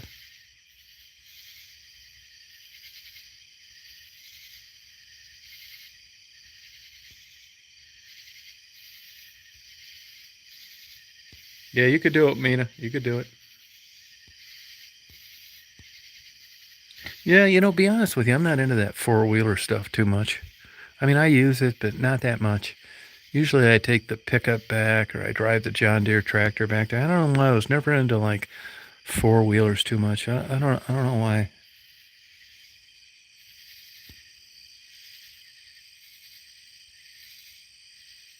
Oh, that's cool, Dave.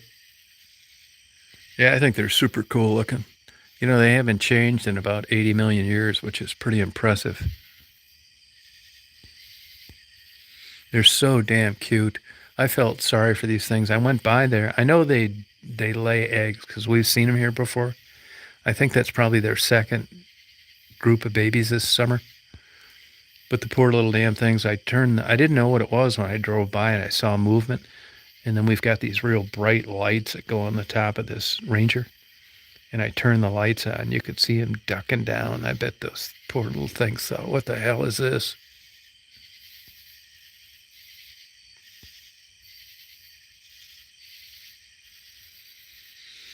The only thing that sucks around here is this shit's starting to get expensive too. The day of just an average Joe owning acreage is ending.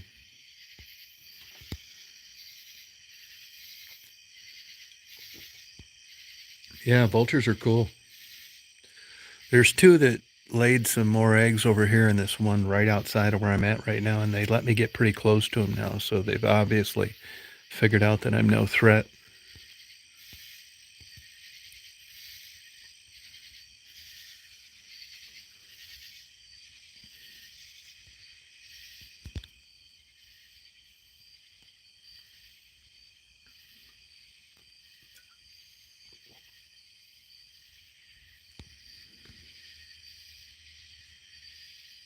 Yeah, I agree, Virgil. Like kind of like rent control. Actually, we went through the back acreage today, and a lot of these big paper companies own property around here, and they had trespassed to go down our road here. And this guy is not that kind of jerk, but you just can't help but wonder what would they do if we trespassed on their property.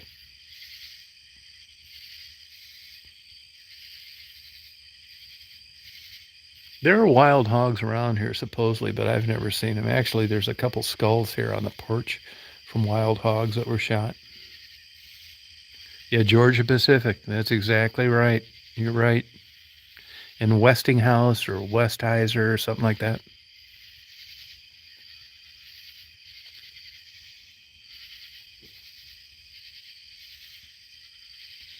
Hey, Blue, that Washington, Georgia was voted by USA as one of the top 10 fireworks display in the country.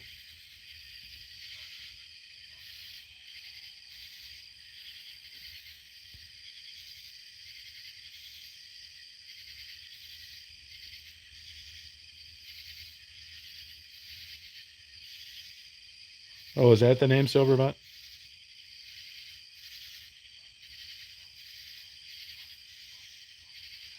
So, it's weird. I can hear a dog barking,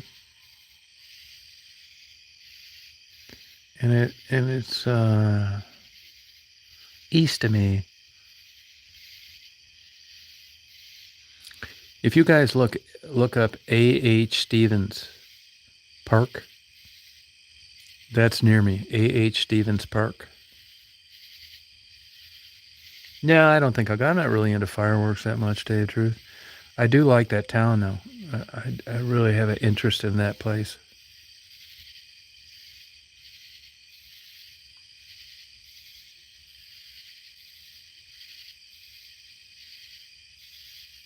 Yeah, there's a lot of noises here. There sure are. Yep.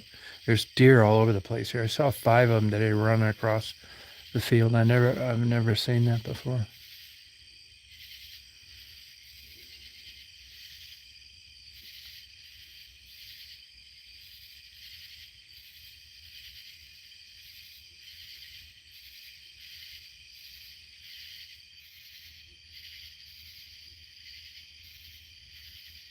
Yeah, anything you're interested in that, Blue, let me know on that. On that.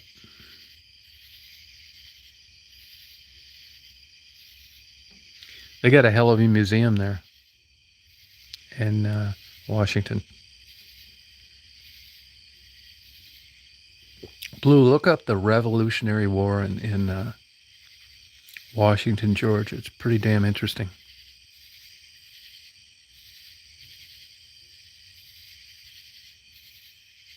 You can sit out here all week long and not see a car go down the road.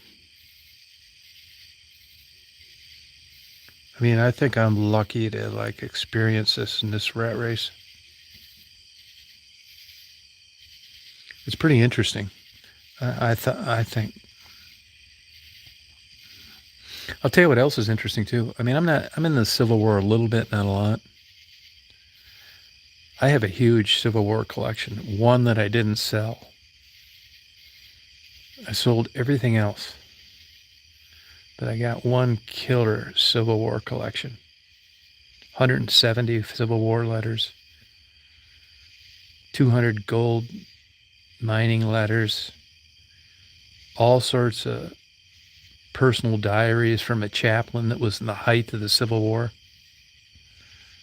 I mean, a killer collection.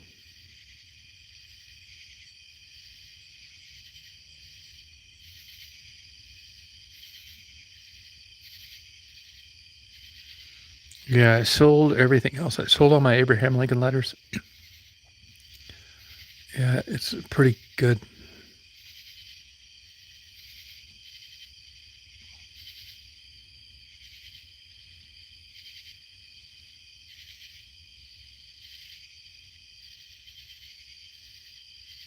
Yeah, Battle of Kettle Creek. That's it.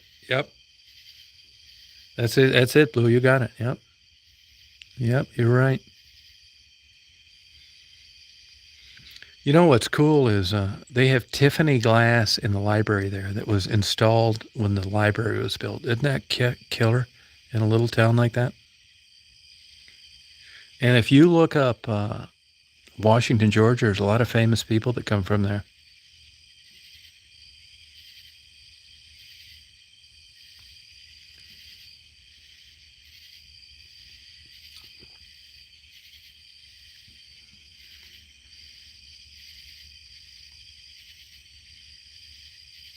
I do metal detect, but I'm a lazy metal detector. I find that I have a very low threshold. I've got the metal detector, and then I've got the wand where you can get down there, that little like pointer, and I just get burned out quick after digging up bottle caps for an hour. I got a video today of a live, but I'm going to do a lot better one. And the reason that today's wasn't better is because I got Marty a blackened salmon dinner, and he's a bacteria nut, and I didn't want to. I knew he wouldn't want me to have that blackened salmon dinner in the truck while I dicked around Washington, so I drove it straight home. But I'm going to go back there tomorrow, I think.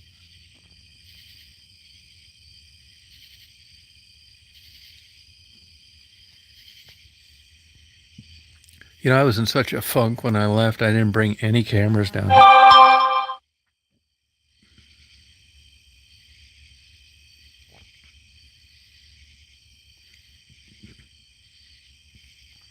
Yeah, that's a cool town.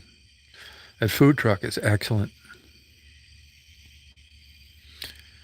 Damn Google. I mean, I'm not complaining, but how sometimes when you turn your damn GPS on, I went to the post office, and then I thought, I see signs for Washington, but I never paid attention. And I just happened to be looking for food trucks, and I couldn't believe that there was one in Washington. I'd never been there before. So I made a U-turn, and then once I made that U-turn, Google Maps gave me a way that was a little longer, and that's why I couldn't continue the live on the way back, because it brought me down through Sharon, which is east of here. The way that I went, where I had good cell phone signal, was a prettier drive, but Sharon was a closer. So I'm gonna go there tomorrow up through Sharon. If you guys are interested in the Civil War, I'll record it all.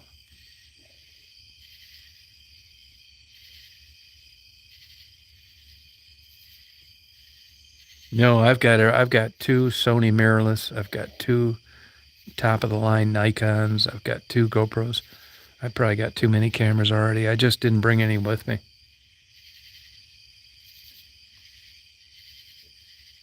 Oh, good for you, fun finding. Good. That's cool. Yeah, I'm gonna get those cameras, but I wasn't in the frame of mind to like use them when I left.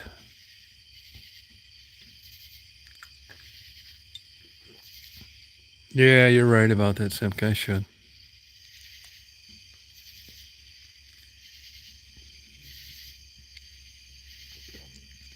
Yeah, I'll get some good video of that.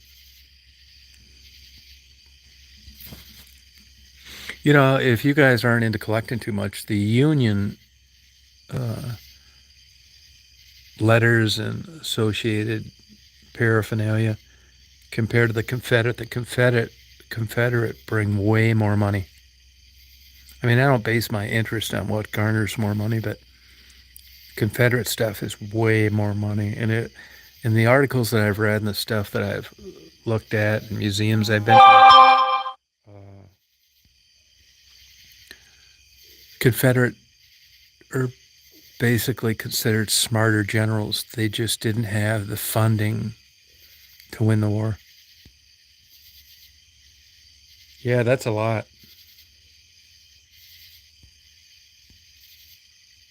Yep.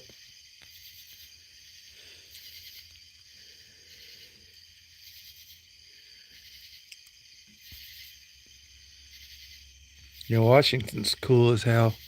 It's a neat town.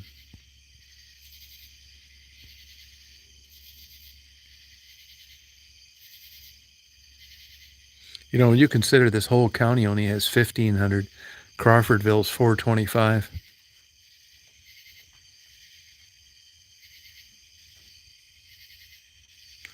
That's Wilkes County.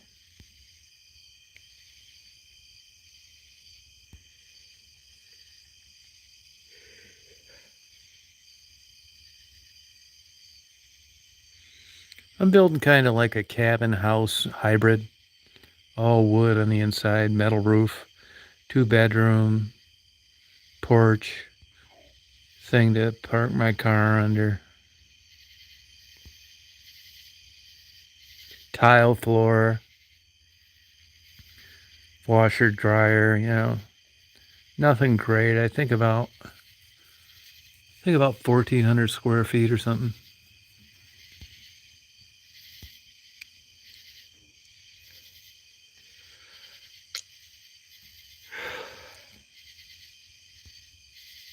Kind of like log cabin on the inside, but I'm not sure about the outside. If you look up E-log homes, something like that.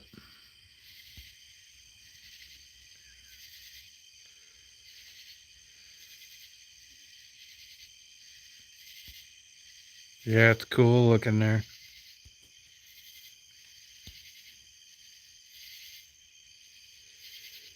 I didn't even know places like this existed, to tell you the truth. I didn't live in Woodstock that long. And, I messed around Atlanta for a while.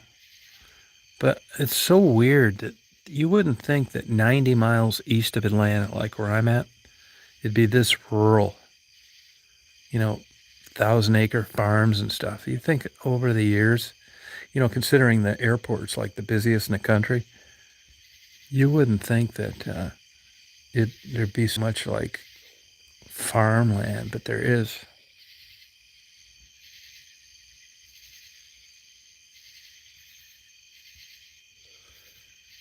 No, that's what I say, Looney. Yeah, I could get by on 600 square feet, believe me, but my buddy keeps insisting it'd be too small.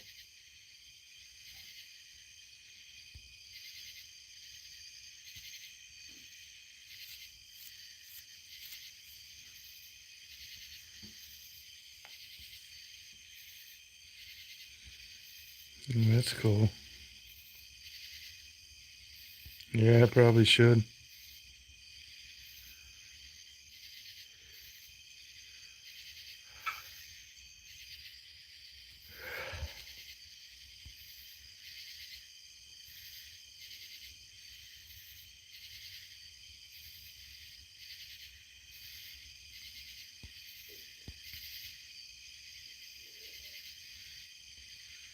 No, I built a house in Florida. Yeah, we've done quite a few of them. Yeah. Yeah, treated wood, yep.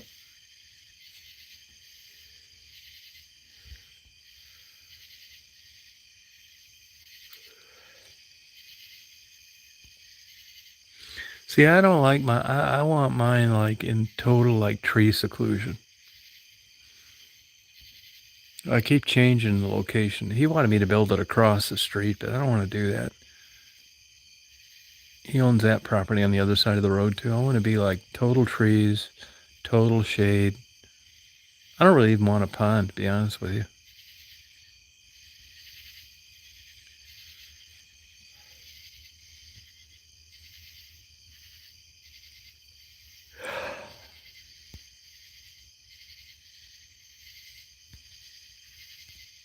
Yeah, you're probably right, Simka.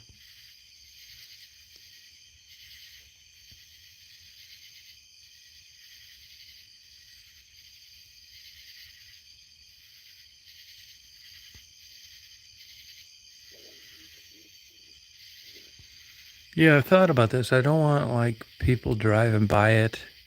I want to let a dog out if it wants to go out and not worry about it.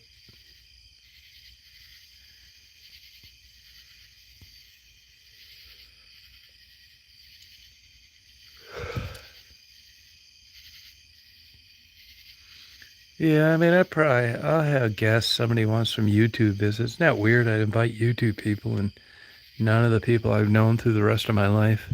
It's weird.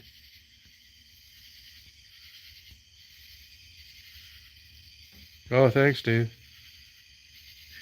Now, my buddy's got contacts up the ass. He knows everybody and anything, everything. Diamonds, construction, this, that. Thank you.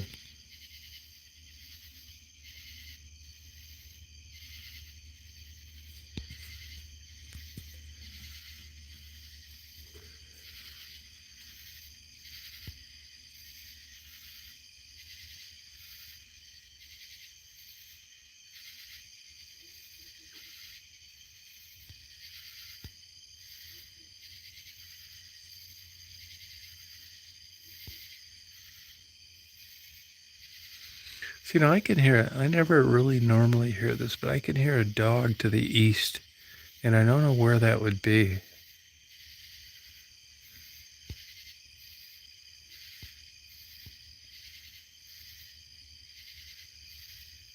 Now, I'm not into guns at all. My buddy is, but I'm not. I'm not. I don't care about guns.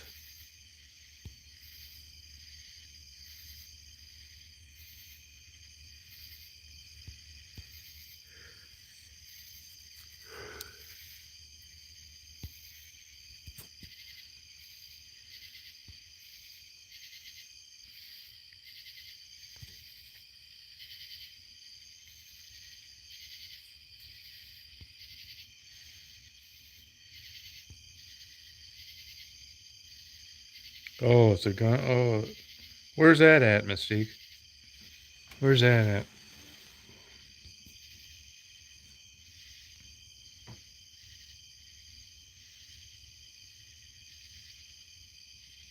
Yeah, you're right, Simka. Yeah.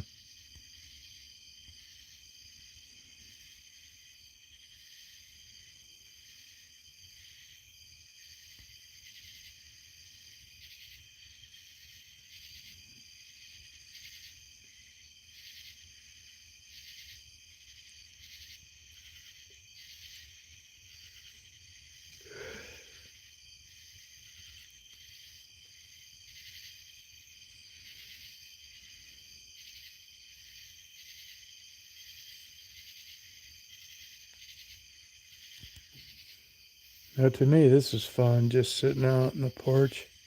Nice night. Sleep in tomorrow.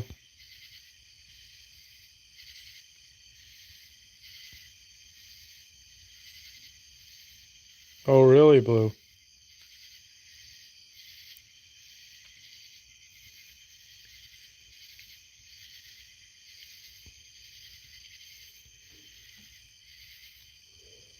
No kidding, Blue. Wow. All right, Simka. Good night. Yeah, thanks for coming on. Have a good day tomorrow.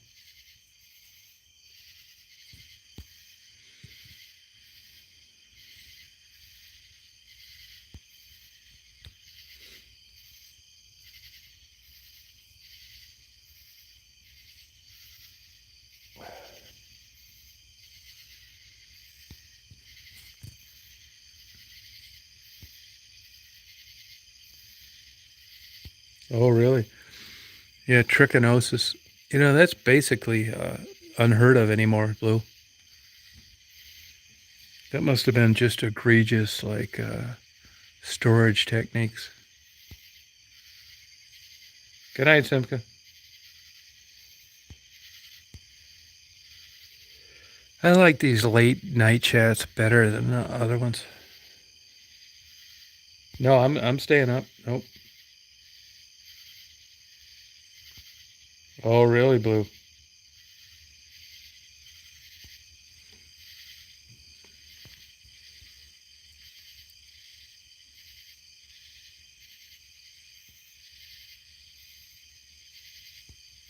Yeah, you're probably right. Yeah.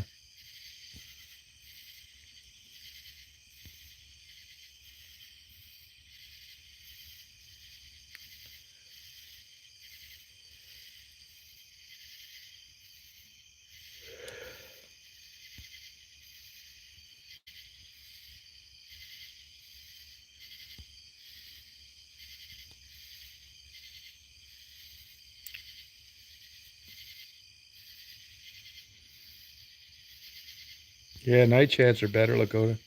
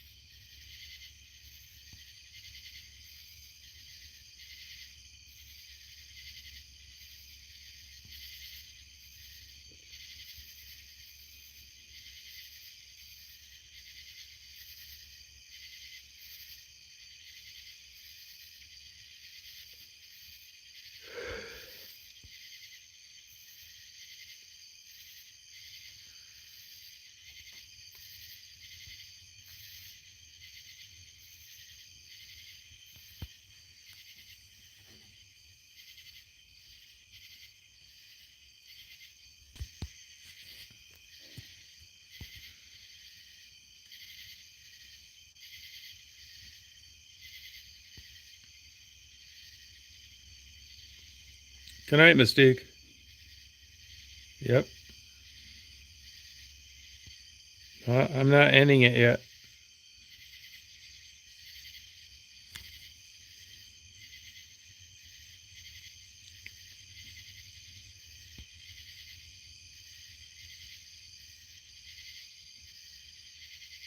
Yeah, you can come down here anytime you want. Yeah, let me get my place built. Yeah, I think you'd like it down here. Good night, Luna.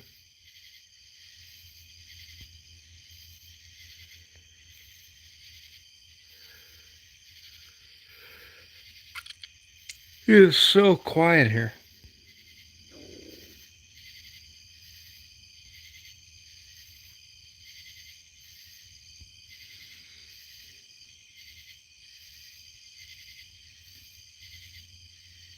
I'm a late nighter guy. I mean, if I don't have stuff to do, this is like with my natural schedule.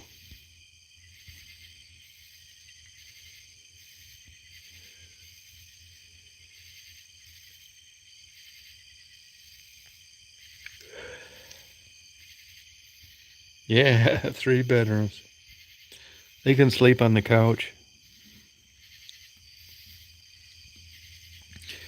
I think the average person, if you were like really together and you weren't chronically depressed and you thought you deserved a vacation and you wanted to try something new, you'd be going berserk here after a couple of days.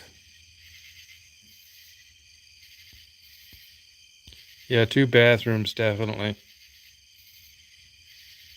No, Mystique, I didn't. No, you go crazy. This is for someone that just really sincerely just wants to not do shit with no pressure, no noise, and nothing to do.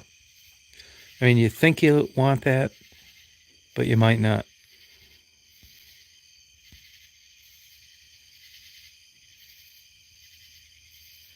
Yeah, this place is a good place to explore because it hasn't like been totally gone through yet.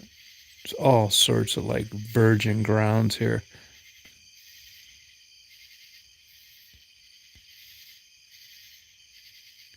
No, it's a friend of mine bought it. 235 acres. Oh, thank you. I mean, yeah, it's a nice place to call home, but you gotta get ready for this. I mean, for the first month, I was iffy on if I could handle this. Then I got COVID. I mean, I think you can't be young. If you were young and like your mental health was like A plus, this probably wouldn't work for you. Yeah, he's trying to buy another 500 from a timber company. This property's getting expensive too out here too. That's what I was saying earlier. You know, the notion that just an average person can buy a farm now is, even if it's not like tillable land, is getting out of reach.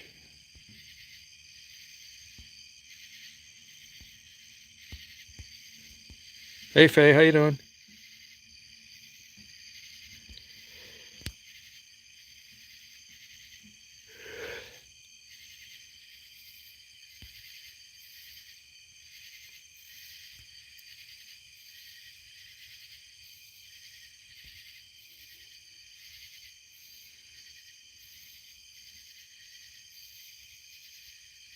Oh, really? That's interesting, Dave. Now, I'm not sure, but I think down here, if, as long as you're not a convicted felon, you can carry a gun. Hey, Drifter. Yeah, I agree, Drifter. Yeah. Yeah, it's possible. I think it enhances it. Yeah, for sure.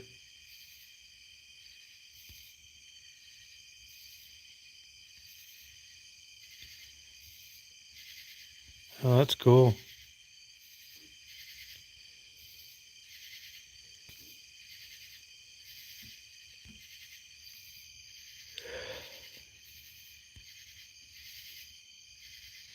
I mean, some of these states have finally come to their senses. Now, I'm not a gun guy. I'm not against them. I don't carry one. I have in the past. But I mean, if you're a place like Chicago, the honest people can't have guns and all the crooks have them because they don't care about any regulations. No, it's getting expensive. Yeah, it's getting crazy. This damn property, even around here, and you do shit with it, it's $4 grand an acre now.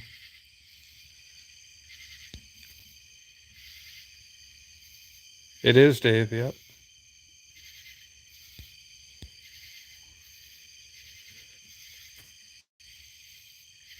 Yeah, if I had my druthers, I just do late night chats.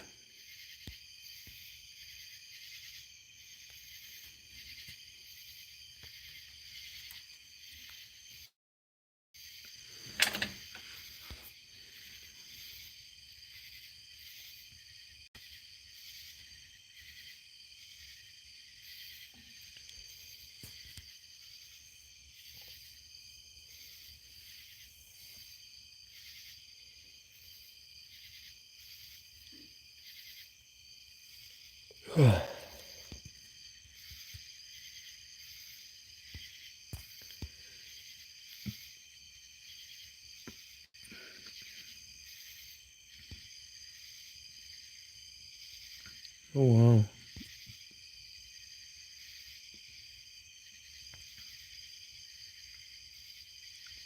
Oh, yeah. I felt in this Canadian show where they do logging.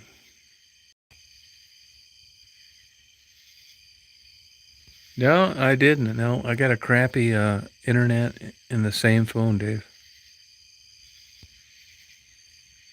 Yeah, I'm gonna try and upgrade my internet, but I don't think it's really possible way out here.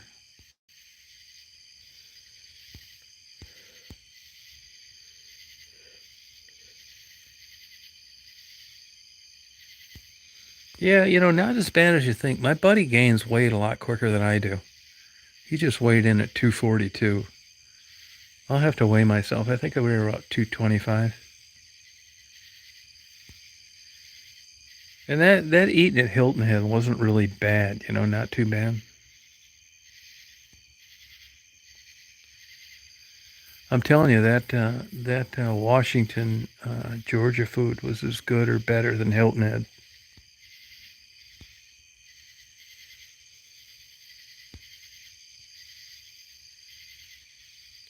Oh, good for you, Dave.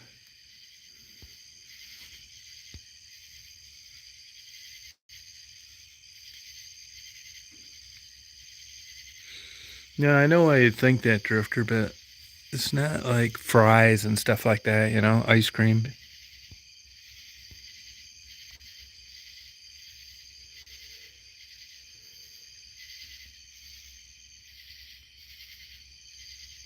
Yeah, I know, Faye. Yep.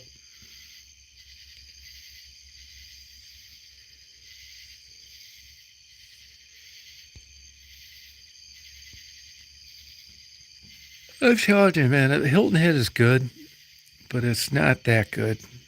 I think it's mostly marketing. I don't get it, to be honest with you.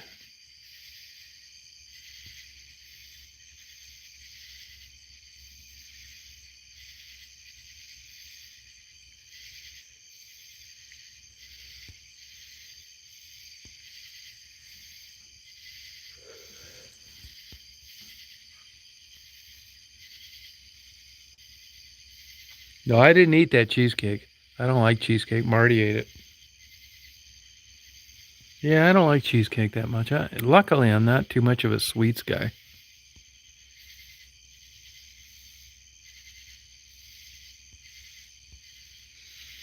Really into weightlifting my whole life. Always in really good shape up until about 62. Yeah, I mean, I could do it now. I think about it, but I don't care that much anymore. Pretty good because, they got a lot of specialty shops there that, everything's like high end, whatever. And that was that fresh market with a good orange juice. That's where I got that cheesecake. Yeah, the caramel. Yeah, Marty doesn't like nuts either. Yeah, that's at Kilwins. That's a Michigan company, actually.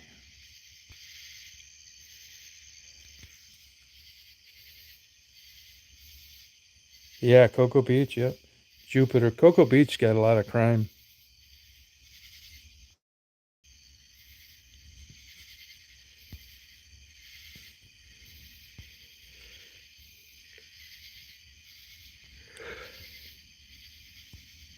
Yeah, I might get in shape again, but I mean, I really thought I'd be a guy that like weight left till the day I died, but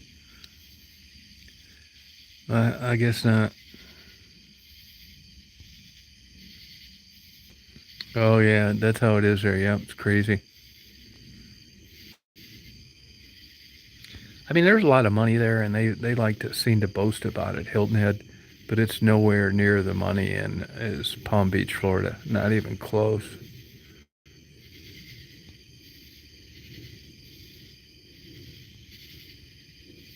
I probably will get in shape once I get this house built and stuff like that. No, I have not, Mystique. No. I hear a jet airplane way up high. Probably left Atlanta.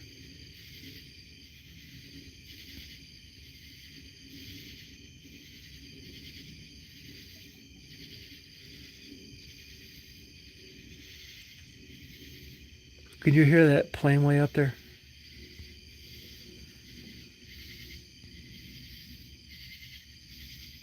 Oh, cool. No, no gyms. Nope. Yeah, I'll probably just have to get some weights and my own thing. Yep. I haven't worked out in 2 years.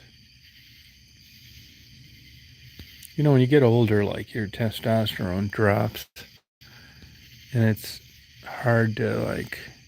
I have a hard time like working out if you can't get bigger or stronger. And really, I didn't notice it that much up until about 2 years ago. And I just kind of quit. It wasn't because I wasn't getting good results. But after a while, I mean, as a male, it just gets to where you just don't have the testosterone and human growth hormone to like improve. And I just can't, like, I'm just not interested in going around and bouncing on a Richard Simmons trampoline and just staying the same. That's kind of what killed my interest.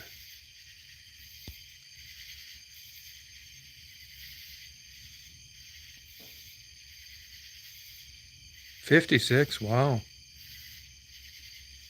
I never really cared for German food too much.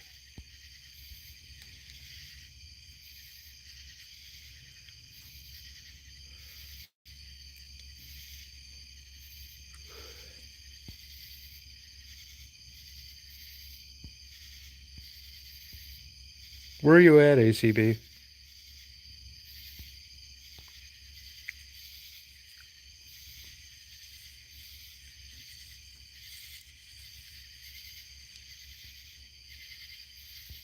Yeah, I don't care for German food.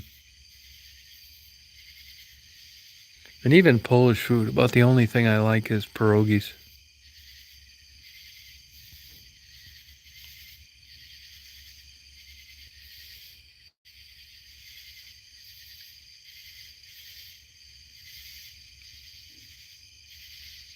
I'll tell you what surprises me is all the wildlife that lives out in this hot, humid environment.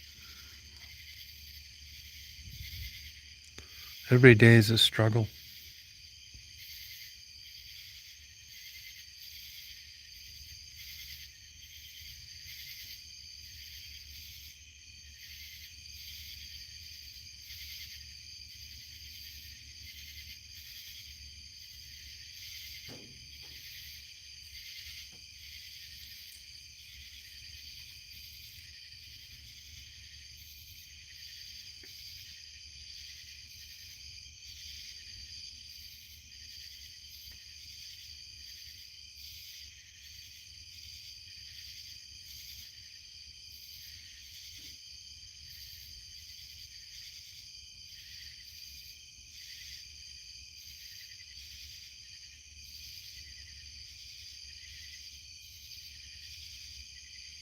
Hey, Lindsay, how you doing?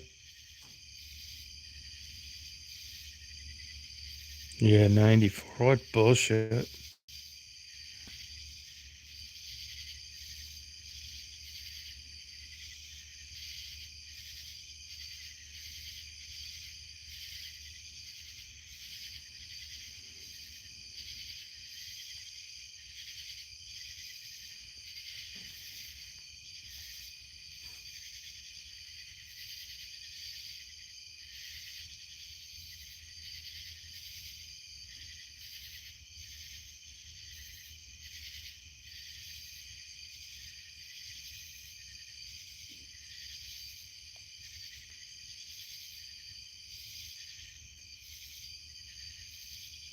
Yeah, it might be Dave, yeah.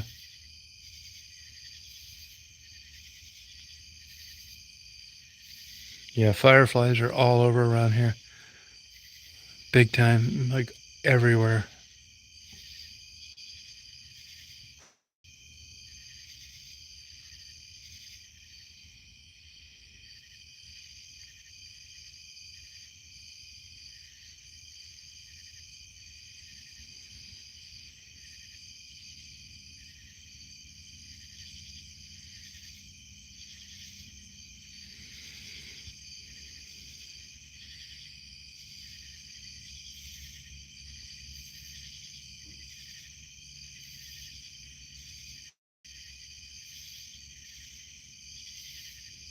Good for you, Blue.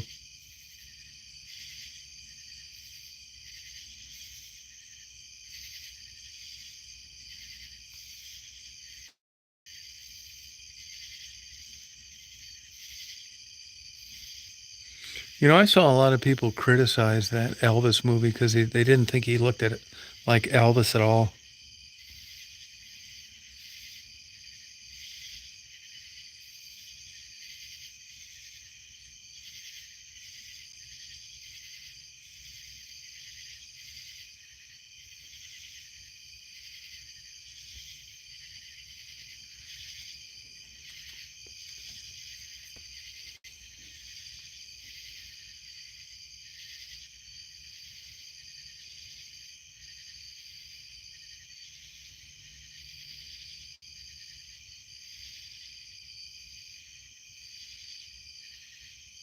Oh, really, Frisky?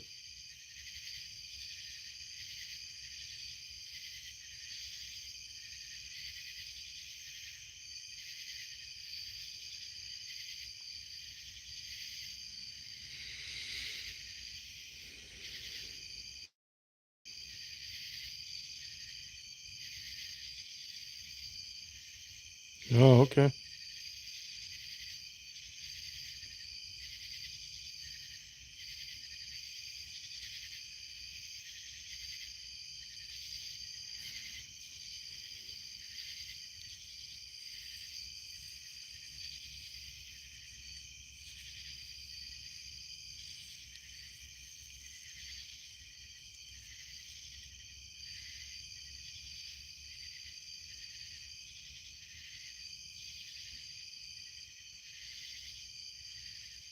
Wow, Dave.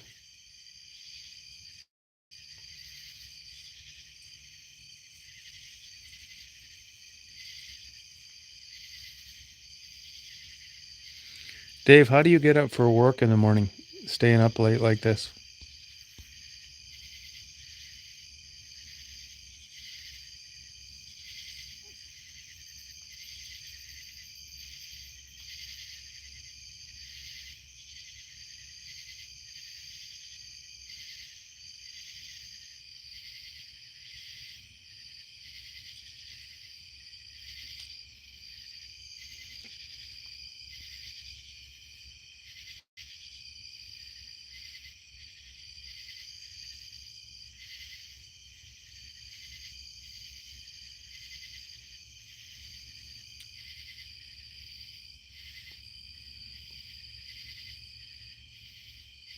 Yeah, they're good, Mystique. Yeah, I only like potato cheese. I don't like the sauerkraut ones.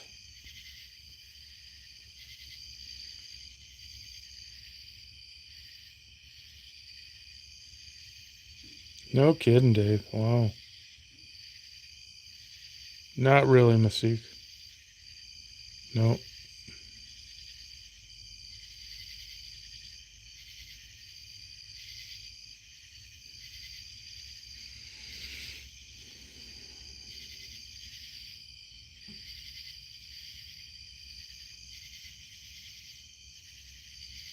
I only eat it when I have to.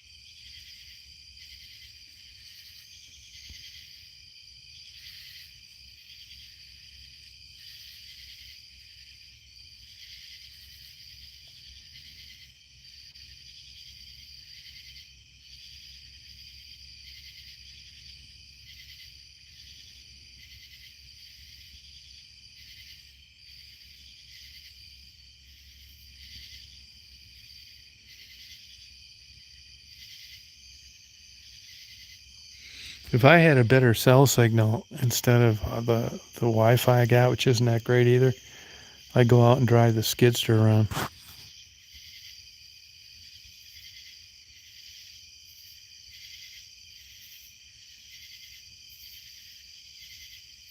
Oh, okay.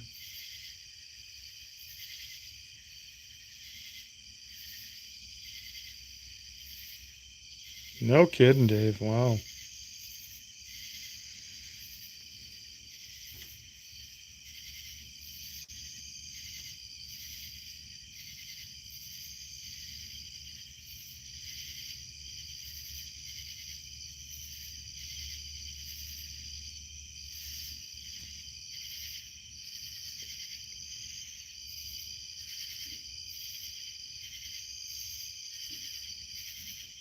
Yeah, no, they're loud here.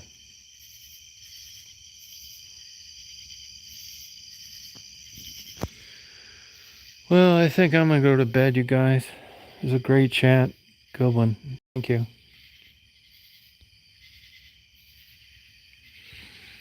I'll sleep in. Marty will get me up about 7:30. And then I'll go back to sleep until about 11. I got to go pick Daisy up tomorrow.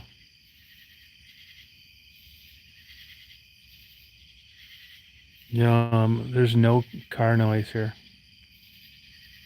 Good night, Aletha. Yeah, thanks, Blue. Yeah, thank you, Frisky. Hope you're doing better.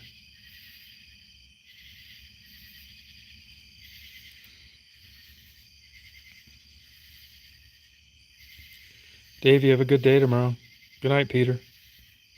See you, Virgil.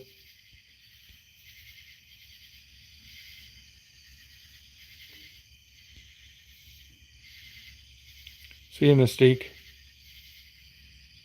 Have a good day, Dave. Bye, Drifter.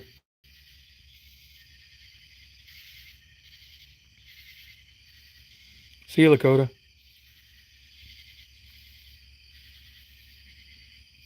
Bye, ACB. Hope you feel better. Try to.